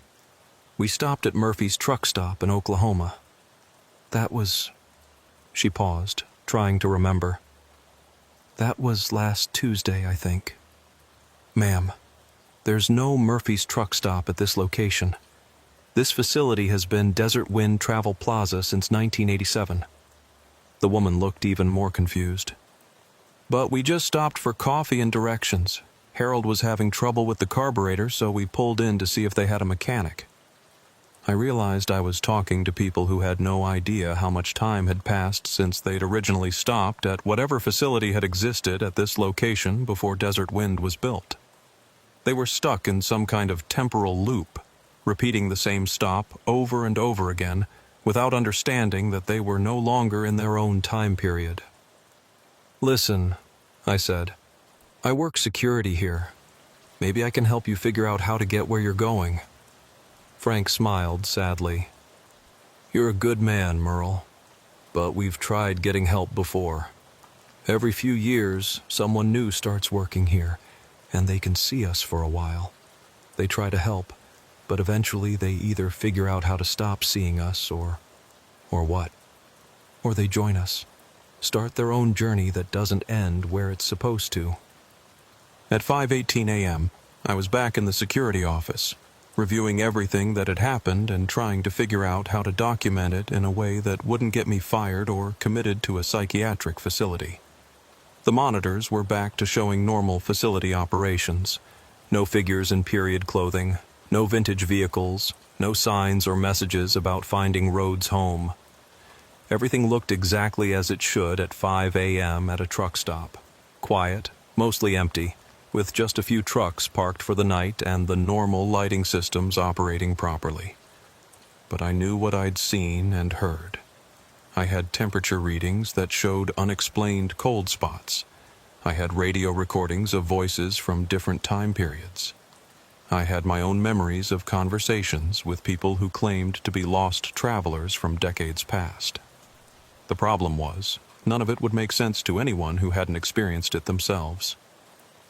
I spent the rest of my shift writing up incident reports and backing up all the recorded footage, even though the recordings didn't show the anomalies I'd witnessed in real time. I documented everything: the temperature variations, the radio interference, the camera malfunctions that weren't recorded as malfunctions. At 6 a.m., my replacement arrived for the day shift. Vernon Moss had been working security at truck stops for 15 years, and I thought maybe he'd believe what I was telling him about the overnight incidents. "You look like you've seen a ghost," Vernon said when he walked into the office. "Something like that," I told him. I explained about the camera malfunctions, the temperature anomalies, the figures I'd seen on the monitors but not in person. Vernon listened patiently, then said, "Merle, you've been working too many nights. This job will mess with your head if you let it. I've seen guys start imagining all kinds of things after a few months of overnight shifts. This wasn't imagination. I've got documentation. Show me." I pulled up the recorded footage from the previous night, but everything looked completely normal. No figures, no anomalies, no evidence of anything unusual happening. The temperature readings on my thermometer had somehow reset to normal ranges. Even the radio recordings of the voices had been replaced by standard static. "Merle," Vernon said gently, "maybe you should take a few days off. Get some sleep during normal hours. Spend some time away from this place." But I knew I wasn't losing my mind. Something was happening at Desert Wind Travel Plaza that existed outside the normal boundaries of reality, and I was apparently one of the few people who could perceive it. Over the next few weeks, I started researching the history of mile marker 247 on Interstate 40. What I found explained everything and made me realize that my experience was part of a pattern that had been going on for decades. The Desert Wind Travel Plaza was built in 1987 on the site of Murphy's truck stop, which had operated from 1962 to 1985. Before Murphy's, there had been a series of different businesses at the same location: gas stations, cafes, and motor courts that served travelers on what was then U.S. Route 66. The location had a history of unexplained incidents going back to the 1940s. Travelers would stop for fuel or food and simply disappear, leaving their vehicles behind with no indication of where they'd gone. Staff members at various businesses reported seeing customers who seemed to be from different time periods, or who would vanish from one moment to the next. Most significantly, I found newspaper articles from the 1970s describing a phenomenon that locals had started calling the lost travelers. People driving Route 66 would report stopping at Murphy's truck stop for directions or assistance, only to be told by other travelers that Murphy's had been closed for years. When these confused travelers would drive to the next town and ask about Murphy's, they'd be told that it was definitely still operating and that they must have made a mistake. But when they tried to return to the location, they couldn't find it. It was like the business existed for some people, but not for others, or existed in some time periods but not in others. The pattern suggested that mile marker 247 was some kind of temporal crossroads, a place where travelers from different eras would become stuck or lost, unable to continue their journeys to their intended destinations. I started paying closer attention during my shifts and discovered that the phenomena followed predictable patterns. The manifestations were strongest during the overnight hours, particularly between 1 a.m. and 4 a.m. They were more frequent during certain weather conditions. Clear, still nights with low humidity seemed to increase the activity. Most importantly, I learned that not everyone could see them. Some of my coworkers had never noticed anything unusual, even after working at the facility for years. Others had brief periods where they could perceive the lost travelers, but the ability would fade after a few weeks or months. I seemed to be one of the few people who could consistently see and interact with them. Over the following months, I had dozens of conversations with the lost travelers. I learned their stories, tried to help them understand what had happened to them, and attempted to find ways to assist them in completing their interrupted journeys. Frank, the man with the sign, had been driving a load from Detroit to Phoenix in 1967 when he stopped at Murphy's truck stop for fuel and directions. He'd been trying to find his way back to the interstate ever since, but every road he took led him back to the same location. The woman in the 1960s dress was named Betty, and she'd been traveling with her husband Harold from Oklahoma to California in 1963. They'd stopped at a gas station for car trouble and had been trying to continue their trip for what seemed like days but might have been decades. There were dozens of others, truckers from the 1970s and 80s, families on road trips from various decades, even a few individuals who seemed to be from the 1940s and 50s. All of them had stopped at businesses that had existed at mile marker 247 at different points in time, and all of them had become trapped in some kind of temporal loop that prevented them from reaching their destinations. The most disturbing aspect was that they were slowly losing their connection to their original time periods. The longer they remained stuck, the more their memories faded and the less they understood about where they'd come from or where they were trying to go.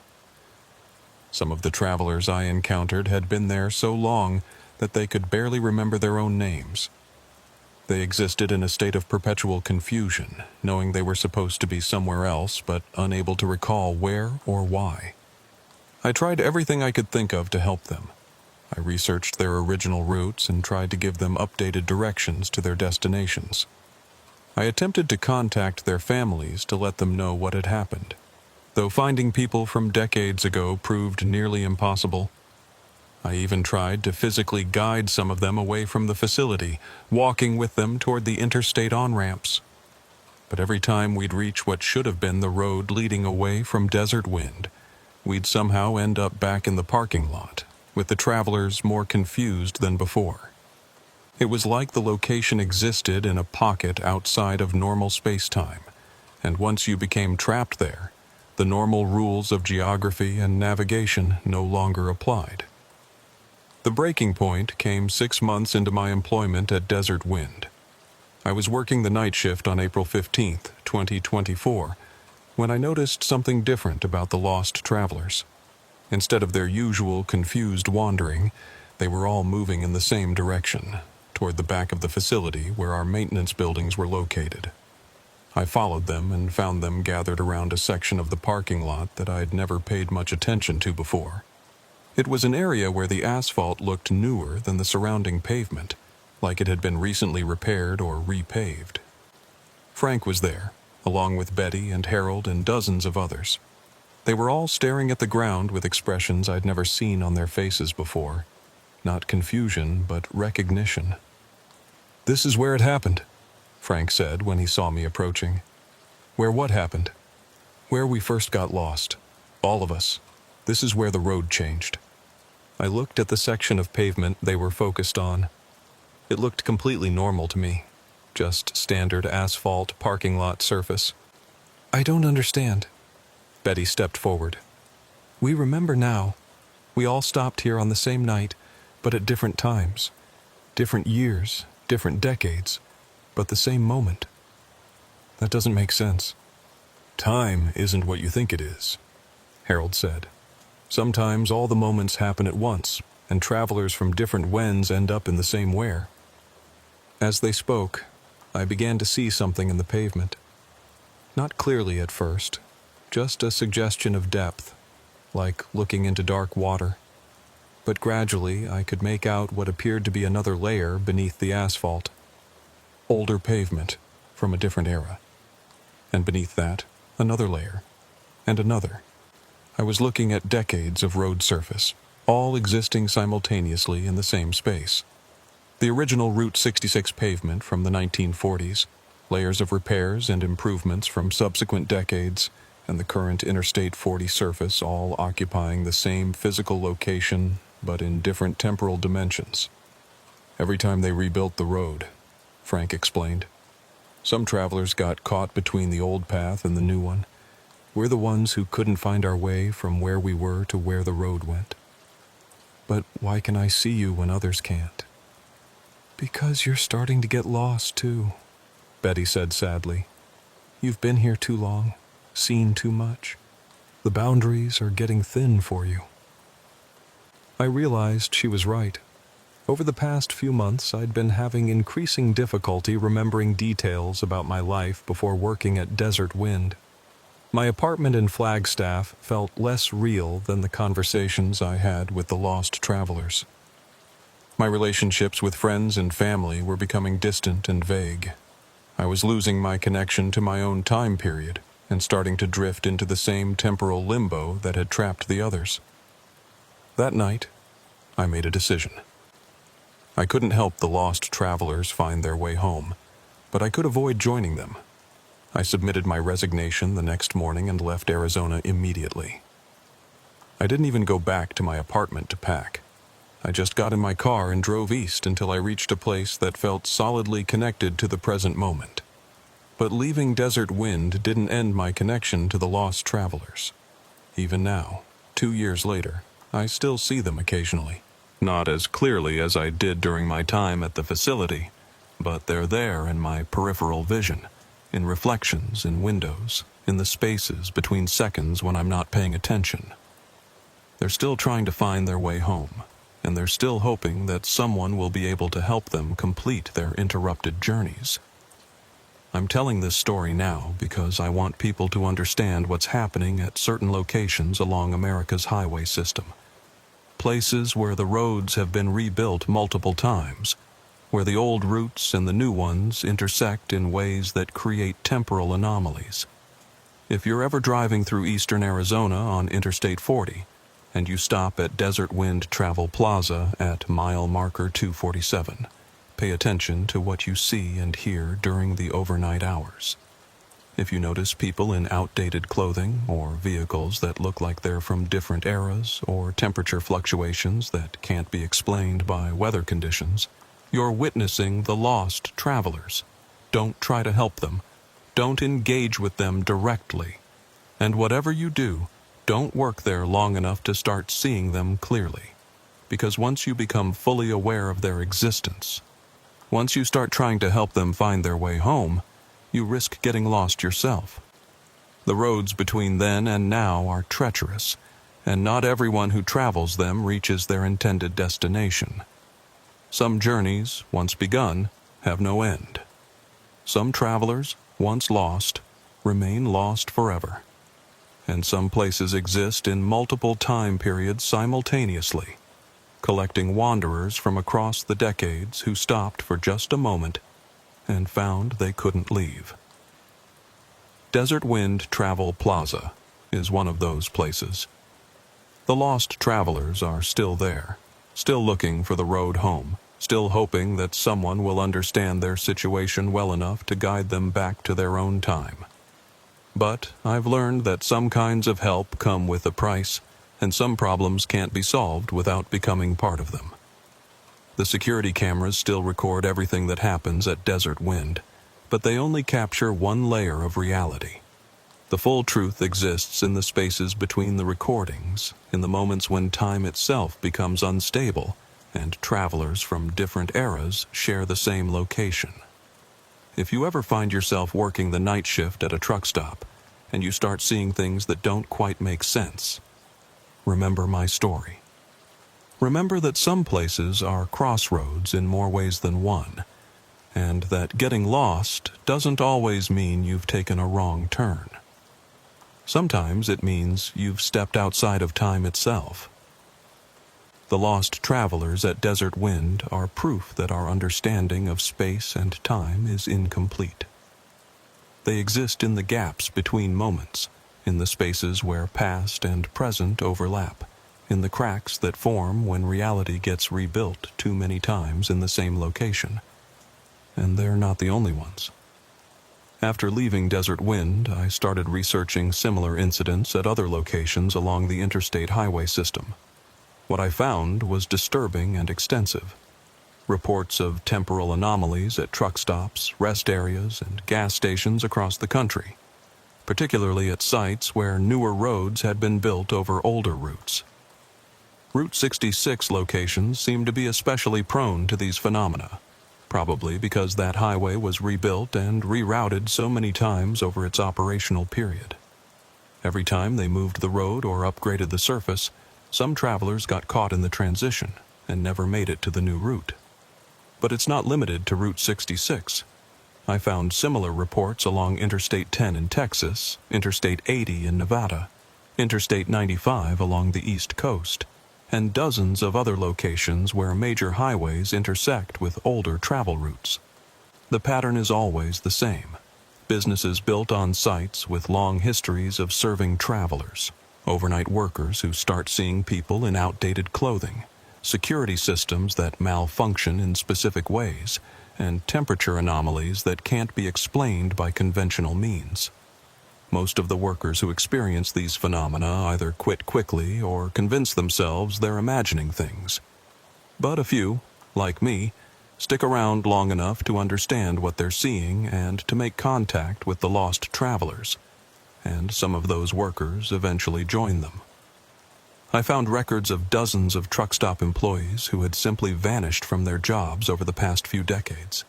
They'd leave their posts during overnight shifts and never return, with no indication of where they'd gone or why they'd left. Their vehicles would be found in the employee parking areas, still locked, with personal belongings inside.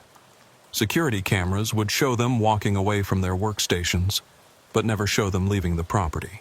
I believe these were people who tried to help the lost travelers and got pulled into the same temporal anomalies that had trapped their intended beneficiaries. The most disturbing case I found was at a truck stop in Oklahoma that had been built on the site of an old Route 66 cafe. Between 1995 and 2005, 7 different night shift workers had disappeared under identical circumstances. The facility had gone through multiple ownership changes, and each new management team would hire replacements without being told about the history of unexplained disappearances. The Oklahoma State Police had investigated each case, but found no evidence of foul play. The workers had simply walked away from their jobs in the middle of their shifts and vanished without a trace. When I contacted the current management of that facility, they told me they no longer operate with overnight staff. The building is locked from midnight to 6 a.m. with only automated fuel pumps available during those hours. Too many problems with the night shift, the manager told me. Weird stuff that we couldn't explain. It was easier to just close during the overnight hours. Similar closures have occurred at truck stops across the country, always at locations with histories of unexplained incidents during the overnight hours. The businesses remain profitable during daylight hours, but something about the combination of darkness and isolation creates conditions that allow the temporal anomalies to manifest. I tried to warn the corporate headquarters of Desert Wind Travel Plaza about what I'd experienced, but my reports were filed away and never acted upon. They classified my accounts as stress-related hallucinations and implemented a policy requiring all security personnel to undergo psychological evaluations every 6 months. They've had 12 different night shift security supervisors since I left in 2024. The average tenure is about 3 months before workers quit or request transfers to day shifts. But the facility remains open 24 hours, and the lost travelers are still there, still trying to find their way home. I know because I go back sometimes, not to work and not to try to help the stranded travelers, but to maintain my connection to that liminal space where time operates according to different rules. Because once you've seen past the boundaries of normal reality, it's difficult to exist entirely within those boundaries again. Every few months, I drive out to mile marker 247 and spend a night in the parking lot, watching the security cameras cycle through their feeds and observing the layers of reality that exist simultaneously at that location. The lost travelers recognize me when I return. Frank always waves from his position near the shower facilities. Betty and Harold smile sadly from their eternal search for the road to California. The dozens of other stranded souls acknowledge my presence with nods and gestures that suggest they remember our conversations. But I don't get out of my car anymore. I don't engage with them directly or try to help them understand their situation. I've learned that maintaining some distance is the only way to avoid getting pulled into their temporal prison.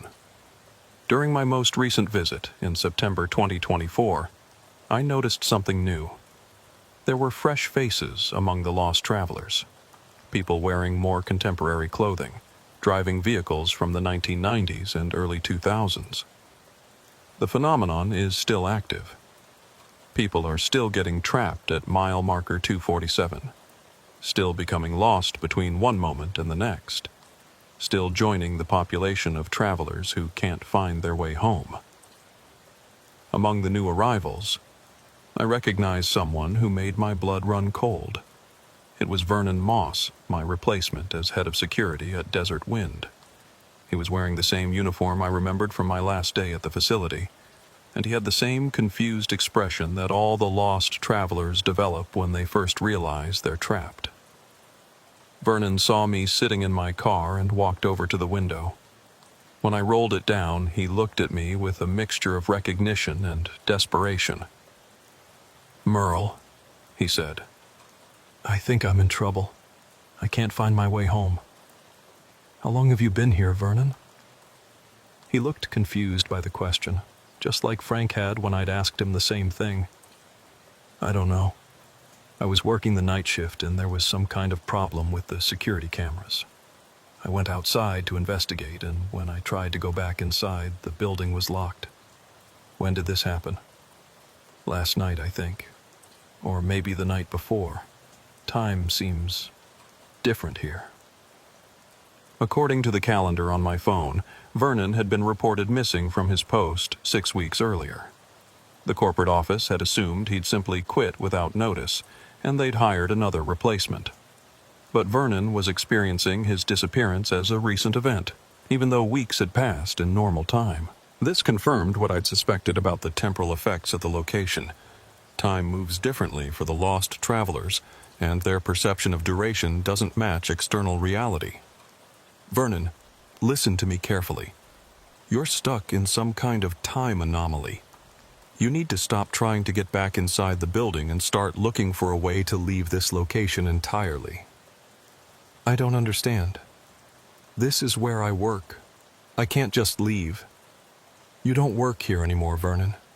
You've been missing for 6 weeks."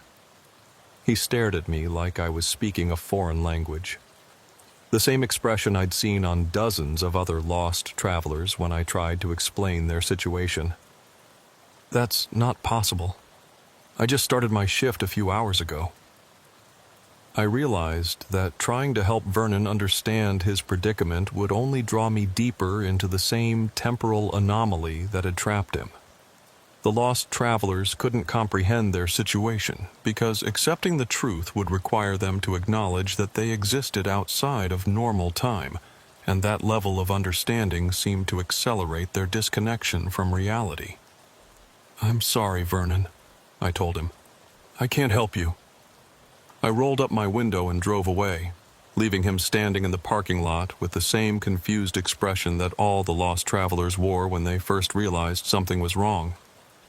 But I could see him in my rearview mirror for much longer than should have been possible, standing under the sodium lights of Desert Wind Travel Plaza, becoming part of the permanent population of stranded souls who would spend eternity trying to complete journeys that had no end. That was my last visit to mile marker 247. I realized that even observing the phenomena from a distance was creating a connection that could eventually pull me back into that temporal prison. Instead, I've focused on documenting what I experienced and researching similar incidents at other locations. I want to create a record that might help future truck stop workers recognize the warning signs and avoid getting trapped like Vernon and the others. The signs are always the same: security cameras that show different versions of reality in real time versus recorded footage. temperature anomalies in specific areas that can't be explained by weather or mechanical systems, radio and communication equipment that picks up voices from different time periods, customers or visitors who seem to be from different eras, wearing outdated clothing or driving vintage vehicles, people who appear on security monitors but aren't visible to direct observation, or vice versa. And most importantly, the feeling that time itself is unstable at the location, that moments are stretching or compressing in ways that don't follow natural patterns. If you experience any of these phenomena while working at a truck stop, especially during overnight hours, document everything you can and leave immediately. Don't try to investigate further. Don't attempt to help any lost travelers you might encounter, and don't convince yourself that you're imagining things. The temporal anomalies are real, and they're dangerous in ways that our current understanding of physics can't explain. I've also learned that certain individuals are more susceptible to perceiving these phenomena than others. People with backgrounds in law enforcement or security work seem to be particularly vulnerable, possibly because our training makes us more observant of details that don't fit normal patterns. Night shift workers are at higher risk than day shift employees, probably because the anomalies are stronger during the overnight hours when normal activity levels are lower.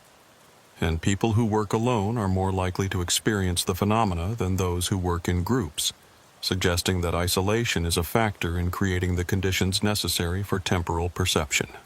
If you fit any of these categories and you're considering employment at a truck stop or similar facility, research the history of the location first. Look for patterns of high employee turnover during night shifts, reports of unexplained incidents, or local legends about strange occurrences. Most importantly, trust your instincts.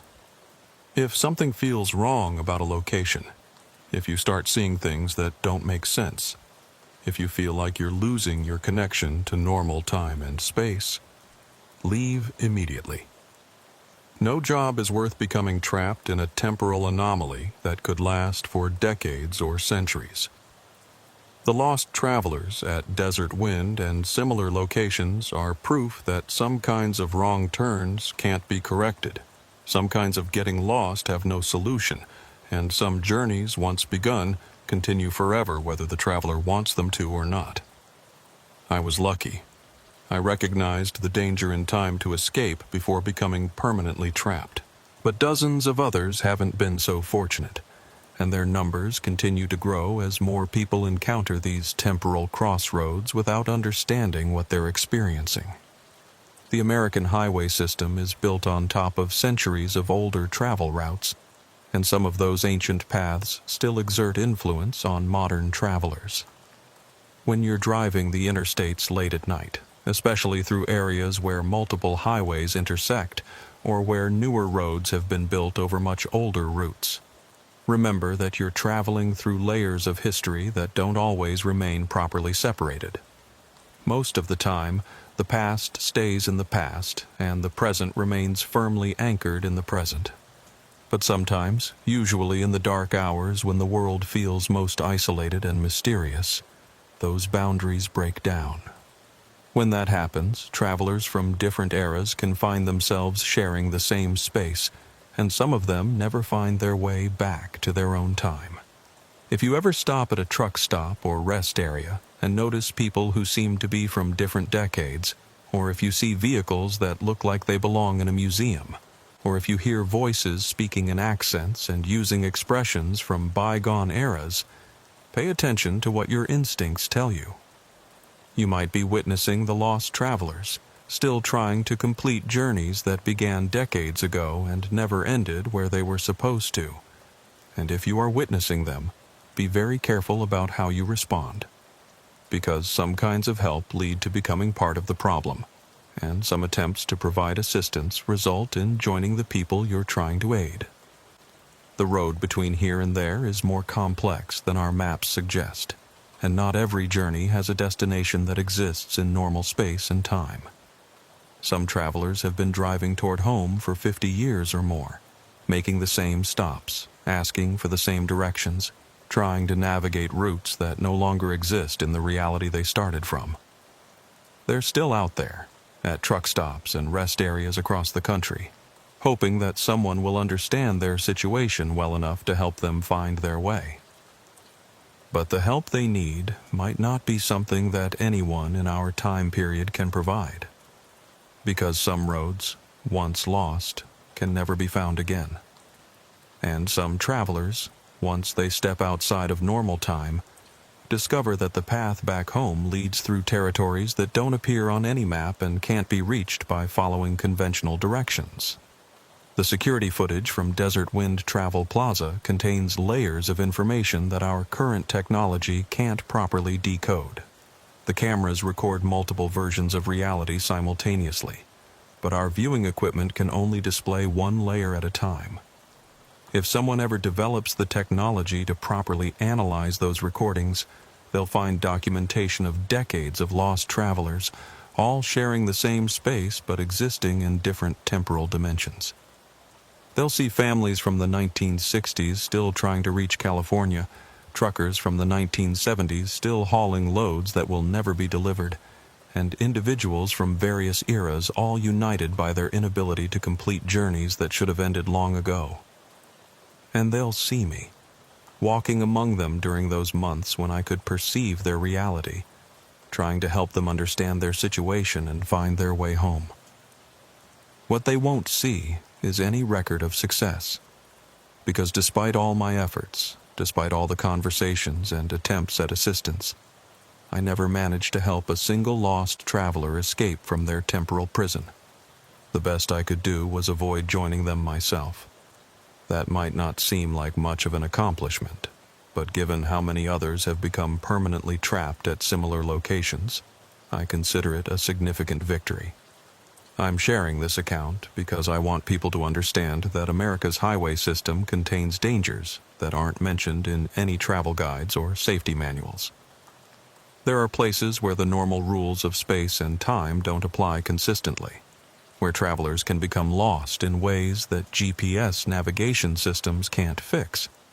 If you're ever driving long distances, especially during overnight hours, and you stop at a facility that feels somehow wrong or unstable, trust your instincts and leave as quickly as possible. Don't investigate unusual phenomena. Don't try to help confused travelers who seem to be from different time periods. And don't assume that strange experiences are just products of fatigue or imagination.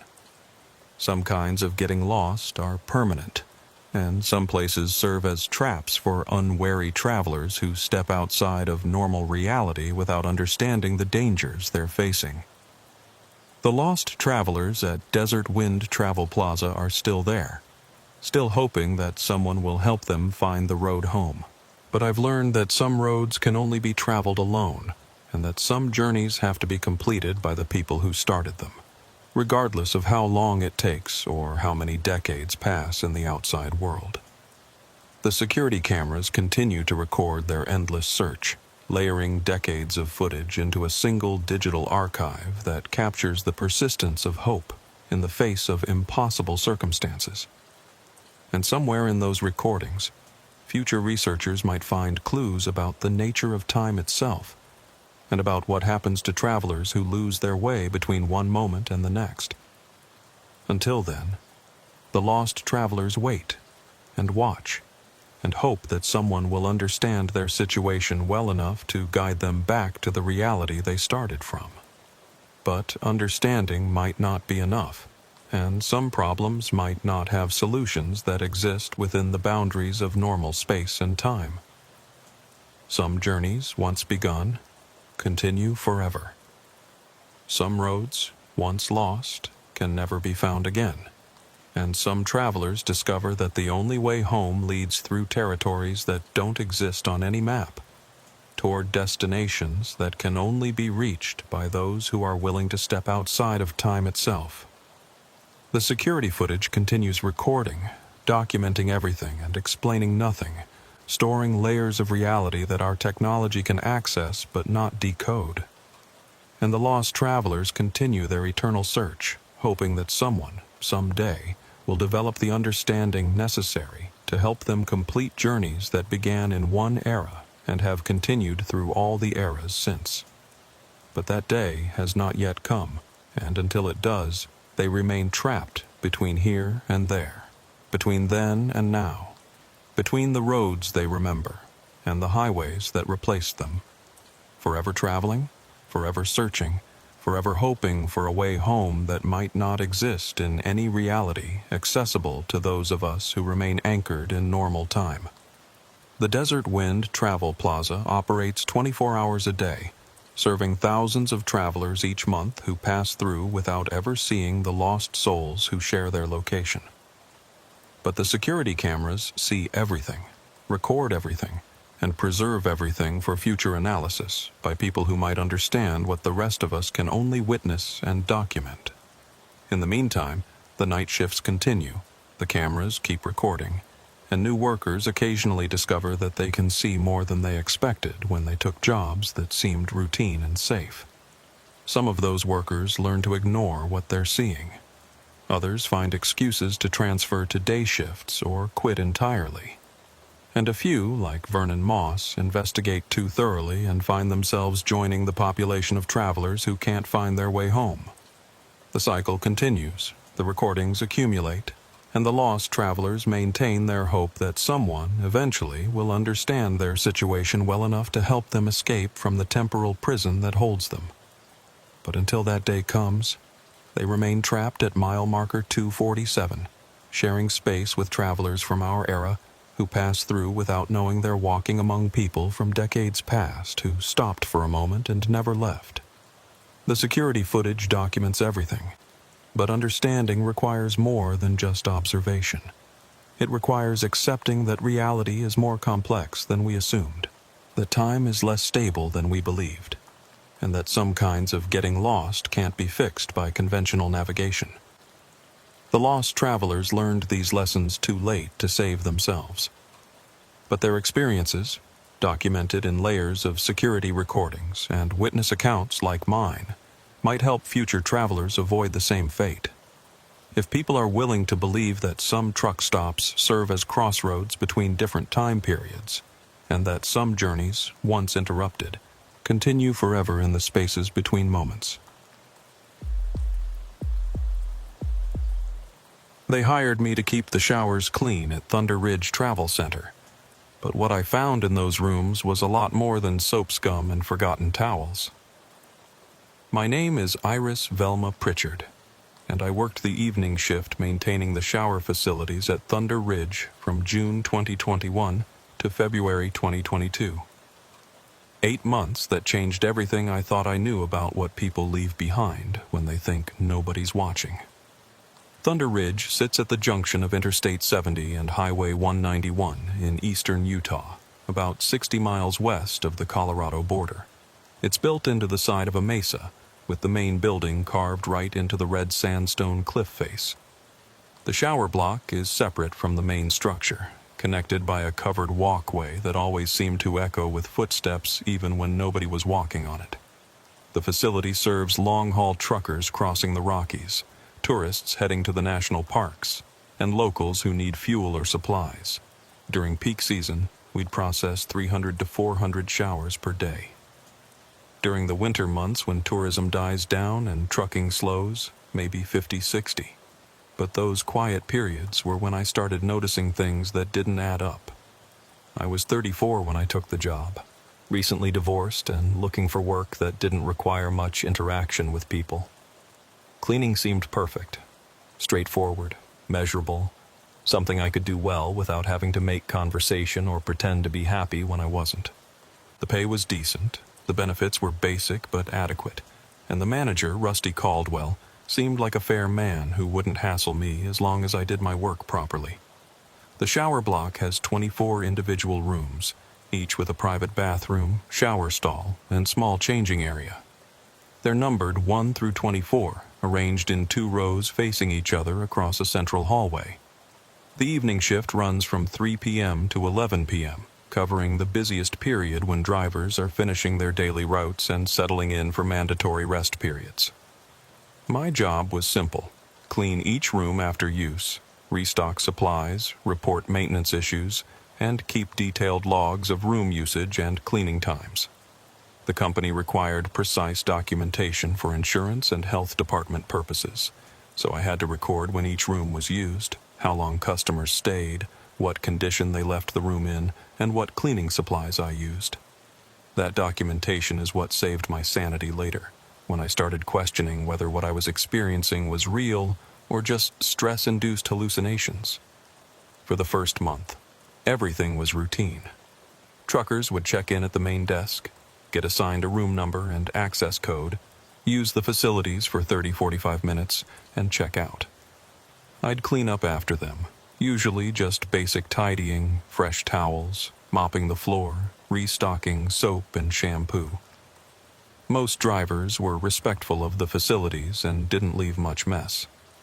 The rooms were equipped with digital locks that recorded entry and exit times, so I always knew exactly when someone had been in a room and for how long. The system was connected to the main computer at the front desk, and it generated automated reports that tracked usage patterns and helped with scheduling. It was during my second month that I started noticing discrepancies in the digital records. Room 17 was the first one that didn't make sense. According to the computer logs, a customer had checked in at 4:23 p.m. on a Tuesday in July and stayed for 47 minutes, standard usage time. But when I went to clean the room at 5:15 p.m., after the customer had supposedly checked out, the room looked like nobody had used it at all. The towels were still folded exactly as I'd left them. The soap dispensers hadn't been touched. The shower stall was completely dry, and there was no condensation on the mirror or walls that would indicate someone had used hot water. Even the floor was dry, with no footprints or water spots. I checked the computer logs again. The system clearly showed that someone with a valid access code had entered the room at 4:23 p.m. and exited at 5:10 p.m. But there was no physical evidence that anyone had been there. I mentioned it to Rusty during my next shift. He said sometimes customers change their minds and don't actually use the facilities, or they might use the room just to rest without showering. As long as they pay for the time, we don't care what they do in there, he told me. That made sense, but it didn't explain why there were no signs of occupancy at all. No shoe prints, no fingerprints on surfaces, no indication that anyone had even walked into the room. Over the following weeks, I started paying closer attention to the usage logs and comparing them to the actual condition of the rooms. About once or twice a week, I'd find rooms that showed computer usage but no physical evidence of occupancy. Always different rooms, always different times, always the same pattern, valid access codes, reasonable stay durations, but rooms that looked untouched. Then I started finding rooms that showed the opposite pattern. Room 12 was the first one that really scared me. According to the computer, nobody had used it that day. The last recorded access was from the previous evening. But when I opened the door for routine cleaning, the room was a mess. Water everywhere, like someone had deliberately flooded the shower stall and let it overflow onto the floor. Towels soaked and scattered around the room. Soap dispensers empty despite being full when I'd restocked them that morning. The mirror was completely fogged over, and the walls were dripping with condensation like someone had run the hot water for hours. I checked the computer logs 3 times. No record of anyone entering that room since 7:30 p.m. the previous day. But someone had definitely been there, and recently, the water was still warm and the condensation was fresh. I reported it to Rusty as a possible break-in or computer malfunction. He came down to look at the room, but by the time he arrived, everything was normal. The water had drained away, the towels were where they should be, and there was no condensation on any surfaces. "You sure about this, Iris?" he asked, looking around the perfectly normal room. I was sure, but I couldn't prove it. And I was starting to wonder if the stress of my recent divorce and job change was making me see things that weren't there. The incidents continued throughout the summer, gradually becoming more frequent and more difficult to dismiss as equipment malfunctions or my imagination. Rooms that showed usage but no evidence of occupancy. Rooms that showed no usage but clear evidence that someone had been there. Temperature fluctuations that didn't match the thermostat settings. Sounds coming from rooms that the computer showed as empty. I started keeping my own records, separate from the official logs. Every discrepancy, every unusual condition, every sound or smell or temperature change that didn't fit the normal patterns. By August, I had documented over 40 incidents that couldn't be explained by equipment problems or user behavior. The breakthrough came in September when I decided to hide in the supply closet and watch room 17 during a period when the computer showed it was occupied, but I suspected it was actually empty. At 6:47 p.m., the access log showed someone entering room 17. I waited 5 minutes, then quietly opened the supply closet door and looked down the hallway. The indicator light on room 17 showed it was occupied, just like the computer said. But I could see under the door. There was no light on inside the room, and there were no shadows moving around that would indicate someone was in there. I waited for the full 45 minutes that the computer showed the room was in use. During that time, I never heard any sounds from room 17. No water running, no footsteps, no movement at all. At 7:32 p.m., the access log showed the customer checking out, and the indicator light switched to vacant. I gave it another 5 minutes, then went to clean the room. It was exactly as I'd left it. Towels folded, surfaces dry, no signs of use. But here's what really scared me. When I touched the door handle, it was ice cold. Not just cool, but cold enough that I could see my breath when I exhaled near it. The hallway temperature was normal, but the door to room 17 was so cold it felt like touching a freezer. I opened the door, and the temperature inside the room was at least 20 degrees lower than the hallway. I could see my breath clearly, and there was frost forming on the mirror and metal fixtures. I backed out of the room and closed the door. When I checked it again 10 minutes later, the temperature was back to normal. That's when I realized that the discrepancies in the usage logs weren't caused by computer malfunctions or customer behavior. Something else was using the shower rooms. Something that could trigger the digital access system but didn't leave the same kind of physical evidence that human occupants would. I started researching the history of Thunder Ridge Travel Center and the land it was built on. What I found explained everything and made me realize I was dealing with something much older and more complex than equipment malfunctions. The travel center was built in 1987 on the site of a natural spring that had been used by Native American travelers for centuries. The spring was considered sacred by several tribes, particularly the Ute people who believed it had healing properties and served as a resting place for spirits traveling between worlds. When the railroad came through in the 1880s, a small station was built near the spring to provide water for steam engines. The station included basic facilities for passengers, a waiting room, ticket office, and washroom where travelers could clean up during long journeys. But the station had a troubled history. Between 1885 and 1923, over 30 passengers and railroad workers died at the site under mysterious circumstances. Some were listed as accidents, others as unexplained illnesses, and a few as suicides. But the pattern was disturbing enough that the railroad eventually closed the station and rerouted trains to avoid the area. Local newspapers from that period included several accounts of strange incidents at the station. Passengers reported seeing other travelers in the washroom who would vanish when approached directly. Railroad workers described voices and sounds coming from empty facilities. Some people claimed they encountered individuals in outdated clothing who seemed confused about what year it was or where they were trying to go. The most detailed account was published in the Grand Junction Gazette in 1919. Mr. Benjamin Hawthorne of Denver reports a most unusual encounter while traveling westbound on the Denver and Rio Grande line. During a scheduled stop at Thunder Ridge Station, Mr. Hawthorne entered the passenger washroom and observed a woman in Victorian dress using the facilities. When he inquired if she required assistance, she looked at him with great confusion and asked what year it was. Upon being informed it was 1919, the woman became greatly distressed and insisted it should be 1894. Mr. Hawthorne left the washroom to summon the station master, but when they returned, the woman had vanished. No female passengers were aboard the train that day. Similar stories appeared regularly in local papers throughout the station's operational period, always involving the washroom facilities, always featuring people who seemed to be from different time periods, always ending with the mysterious individuals disappearing before their identities could be established. After the railroad closed the station in 1923, the site remained abandoned for decades.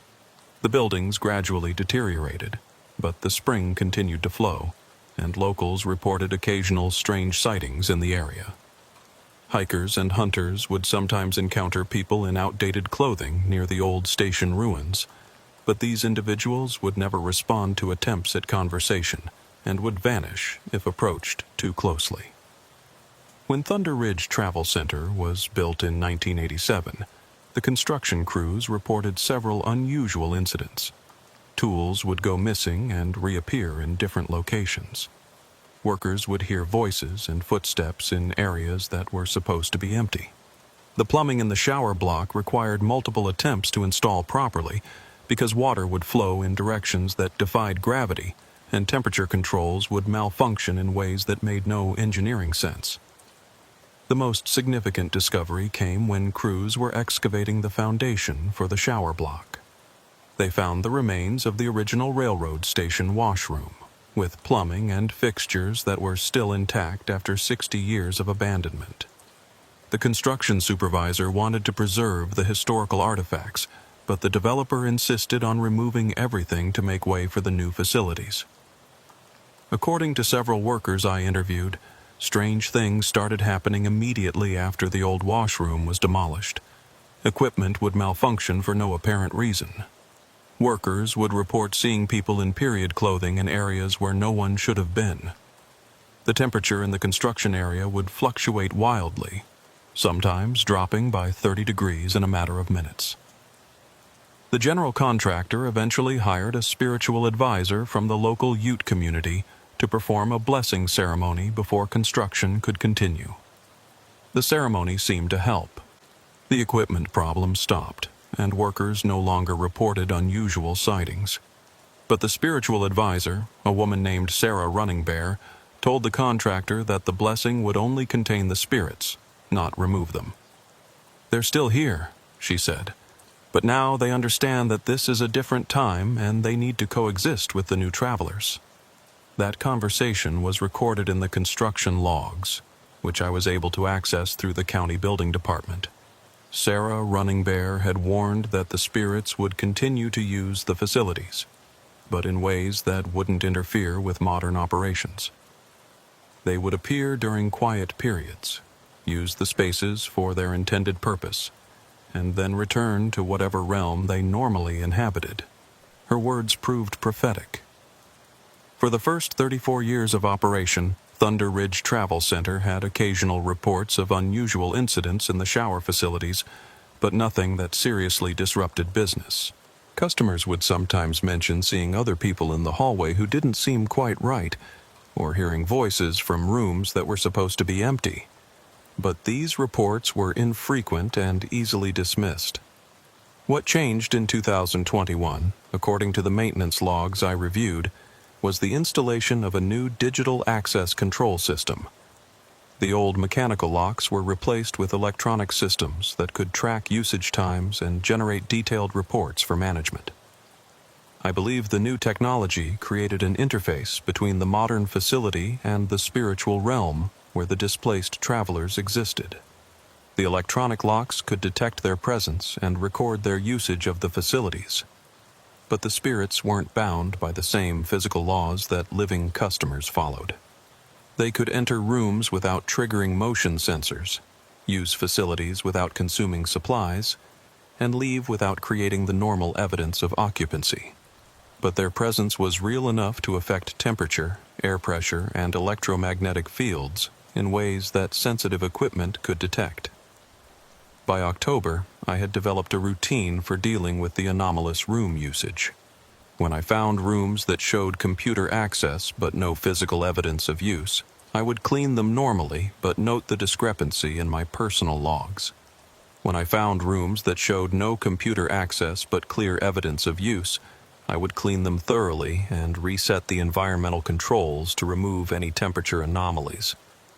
I also started leaving small offerings in rooms that seemed to have high spiritual activity. Bottles of water, travel-sized soaps, clean towels. Not because the spirits needed these items, but because I felt they deserved the same hospitality we provided to living customers. The offerings were always gone the next day, though the computer logs never showed anyone entering those rooms. The incidents that made me finally understand what I was dealing with happened in November, during the slow season when tourist traffic drops off, and we might only process 20 to 30 showers per day. I was working the evening shift on November 15th when I heard voices coming from the shower block. Multiple people talking, but quiet enough that I couldn't make out words. This wasn't unusual. Sometimes customers would talk on their phones while showering, or drivers traveling together would carry on conversations between rooms. But when I checked the computer logs, only one room was showing as occupied, room 8, which had been in use for about 20 minutes. All the other rooms showed as vacant and available. I walked down the hallway to investigate, and I could clearly hear the voices coming from room 15. Not just one person on a phone, but what sounded like a conversation between multiple people. I could hear both male and female voices, speaking in what sounded like formal, old-fashioned speech patterns. I knocked on the door of room 15. "Excuse me, is everything all right in there?" The voices stopped immediately. Complete silence from inside the room. I checked the computer logs again. Room 15 was showing as vacant, with no access recorded since the previous day. But I'd clearly heard multiple people talking inside. I used my master key to open the door. The room was empty, but it was filled with steam like someone had just finished a hot shower. The mirror was completely fogged over, and I could feel the humidity in the air. But all the towels were still folded and dry, and the shower stall showed no signs of recent use. What really got my attention was the smell. Not the usual shower smells of soap and shampoo, but something else. Something floral and old-fashioned, like perfume from a different era. And underneath that, the smell of coal smoke and steel, like the inside of an old train car. I documented everything. The temperature, 12 degrees above normal.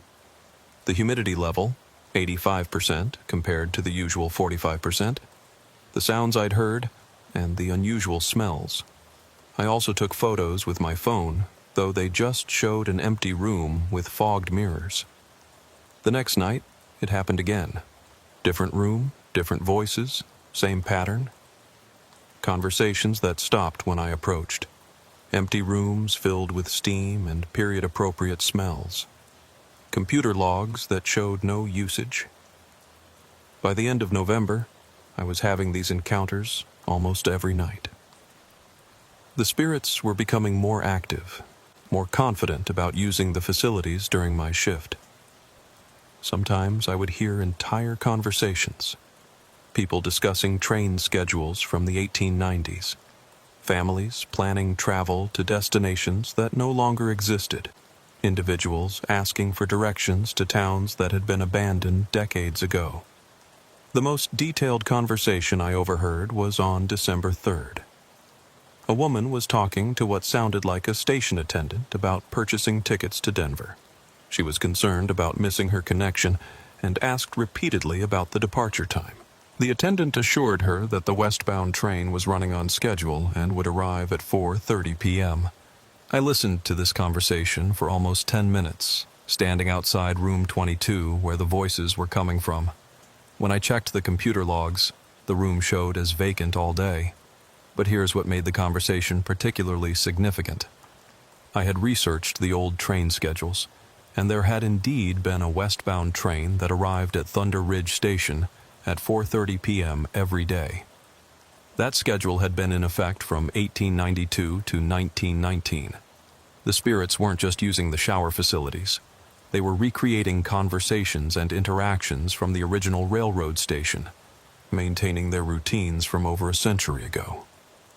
I started keeping detailed notes about what I heard, trying to piece together the stories of the individual spirits and understand what they were trying to accomplish. Over the winter months, I identified at least a dozen regular voices that appeared in my logs multiple times. There was Margaret, a woman traveling alone who was always worried about missing her train to San Francisco. She seemed to be from the 1890s, based on her speech patterns and the destinations she mentioned. There was Thomas, a railroad worker who was concerned about mechanical problems with locomotive engines. He would discuss repair schedules and parts orders in conversations with other workers who were never visible, but whose voices I could sometimes hear responding. There was the Miller family, a man, woman, and 2 children who were traveling to Colorado to start a new life on a homestead. They would discuss their plans and worries about the journey ahead, always mentioning that they were running late and hoped the train would wait for them. Each spirit seemed to be stuck in a loop, repeating the same concerns and conversations they'd had during their original visit to Thunder Ridge Station. They were using the shower facilities as washrooms, just as travelers had done when the railroad station was operational, but they were also reliving the moments that had brought them to the site originally. The most heartbreaking was a young man named David who had been killed in a railroad accident in 1903. He would appear in the shower rooms and ask repeatedly if anyone had seen his luggage, which had been lost in the wreck. He was always polite and grateful when I would assure him that his belongings were safe, but he would ask the same questions again the next time I encountered him. By January 2022, I had developed a routine for interacting with the spirits. When I heard voices from supposedly empty rooms, I would announce my presence and ask if they needed anything.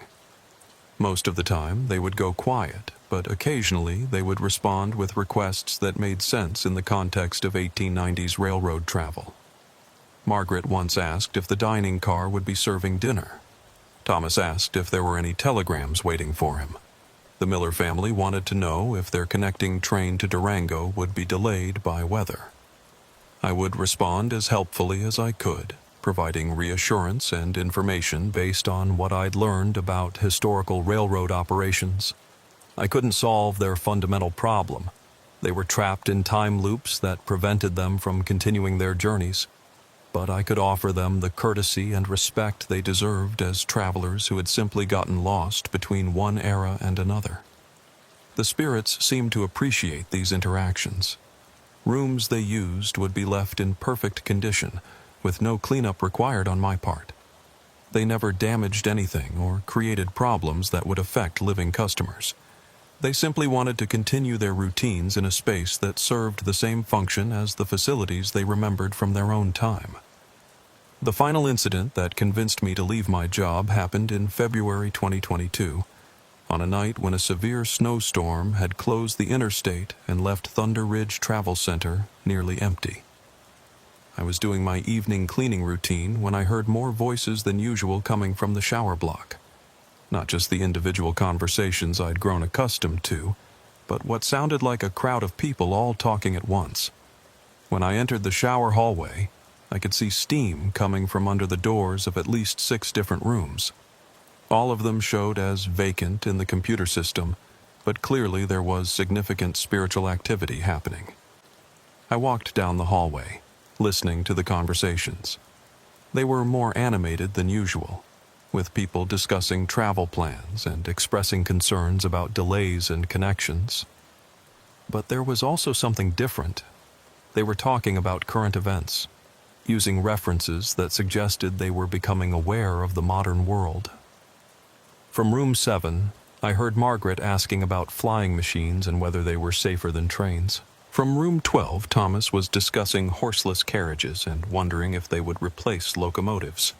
From room 18, the Miller family was asking about something called the Internet and whether it could help them find their destination. The spirits were evolving, adapting to the modern world around them, learning about changes that had occurred since their original time period. But they were also becoming more confused and agitated as they tried to reconcile their 19th century expectations with 21st century reality. I decided to try direct communication. I walked to room 7, where Margaret's voice was coming from, and knocked on the door. "Margaret?" I called out. "It's Iris. Can I help you with something?" The conversation inside stopped for a moment, then Margaret's voice responded. "Oh, Iris, dear, I'm so confused. People are telling me about flying machines that can cross the country in a few hours. Is that really possible?" "Yes, Margaret. We call them airplanes now. They're very common. But what happened to the trains? And why is everything so different? This washroom looks nothing like what I remember." I realized that Margaret and the other spirits were becoming fully conscious of the time displacement that had trapped them. They were no longer just reliving their original routines. They were actively trying to understand what had happened to them and how much time had passed.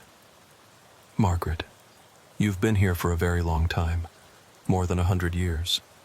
The world has changed a lot since you were traveling." There was a long silence from inside the room. Then Margaret started crying, deep, heartbroken sobs that echoed through the empty hallway. "I just wanted to get to San Francisco," she said through her tears. "I was going to meet my sister. She was going to help me start a new life." "I know, Margaret. I'm sorry you got lost along the way." Is my sister still alive?" I didn't know how to answer that question.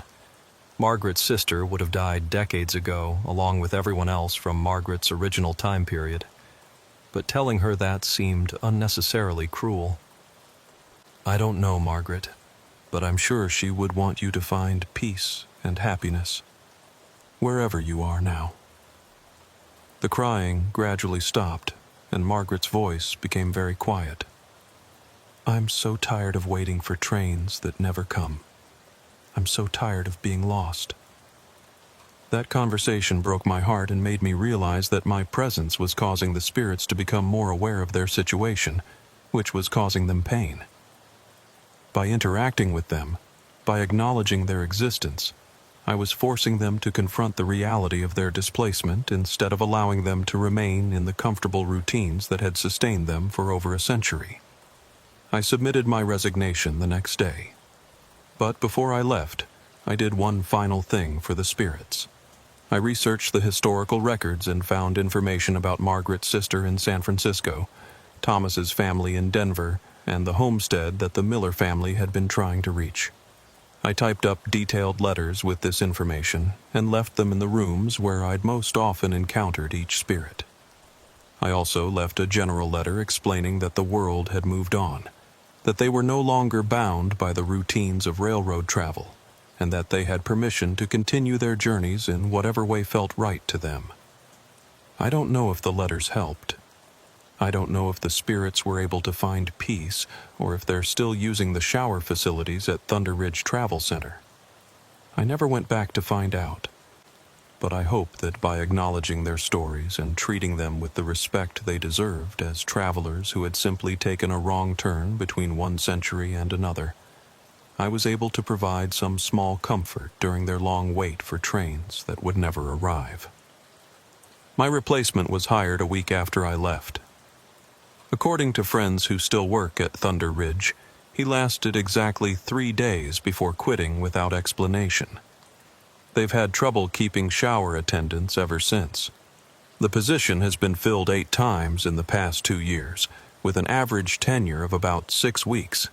Management has started offering higher wages and better benefits, but they can't seem to find anyone willing to work the evening shift on a permanent basis. I think the spirits are still there, still using the facilities, still hoping that someone will help them understand what happened to their journeys and how they can continue toward their destinations. But understanding their situation requires accepting that some travelers get lost between one time and another, and that some journeys continue long after the original transportation systems have been replaced by newer technologies. The shower records I compiled during my 8 months at Thunder Ridge document over 200 incidents of anomalous room usage, temperature fluctuations that couldn't be explained by equipment problems, sounds and conversations from empty rooms, computer access logs that didn't match physical evidence of occupancy. Most significantly, the records document conversations with individual spirits who had distinct personalities, consistent stories, and specific concerns related to their original travel plans from the 1890s and early 1900s. These weren't random supernatural phenomena or equipment malfunctions. They were encounters with real people who had gotten lost between their own time and ours, and who were trying to complete journeys that had been interrupted by circumstances beyond their control. I'm sharing this account because I believe the spirits at Thunder Ridge deserve to have their stories told. They were travelers, just like the customers who use the facility today. They stopped for basic services, washing, resting, planning the next leg of their journeys, and somehow became trapped in a location that existed between the world they knew and the world that replaced it. If you're ever driving through eastern Utah on Interstate 70, and you stop at Thunder Ridge Travel Center to use the shower facilities, listen carefully to the sounds around you. If you hear voices from rooms that should be empty, or if you encounter people who seem to be from a different era, remember that they're fellow travelers who need the same courtesy and respect that you would want if you were lost and confused in an unfamiliar place. Don't try to help them understand their situation. That knowledge causes them pain. Don't try to convince them that their trains aren't coming, that hope is what sustains them. Just acknowledge their presence, treat them with kindness, and allow them to continue their routines in peace. They've been waiting for over a century for transportation to destinations that no longer exist in the modern world. But they're still travelers, still hoping to complete journeys that matter to them, still deserving of the basic hospitality that we owe to anyone who stops at our facilities seeking rest and assistance. The shower records document their stories, preserve their voices, and serve as proof that some journeys transcend the boundaries of normal time and space. And maybe, someday, someone will figure out how to help them reach the destinations they've been seeking for so long.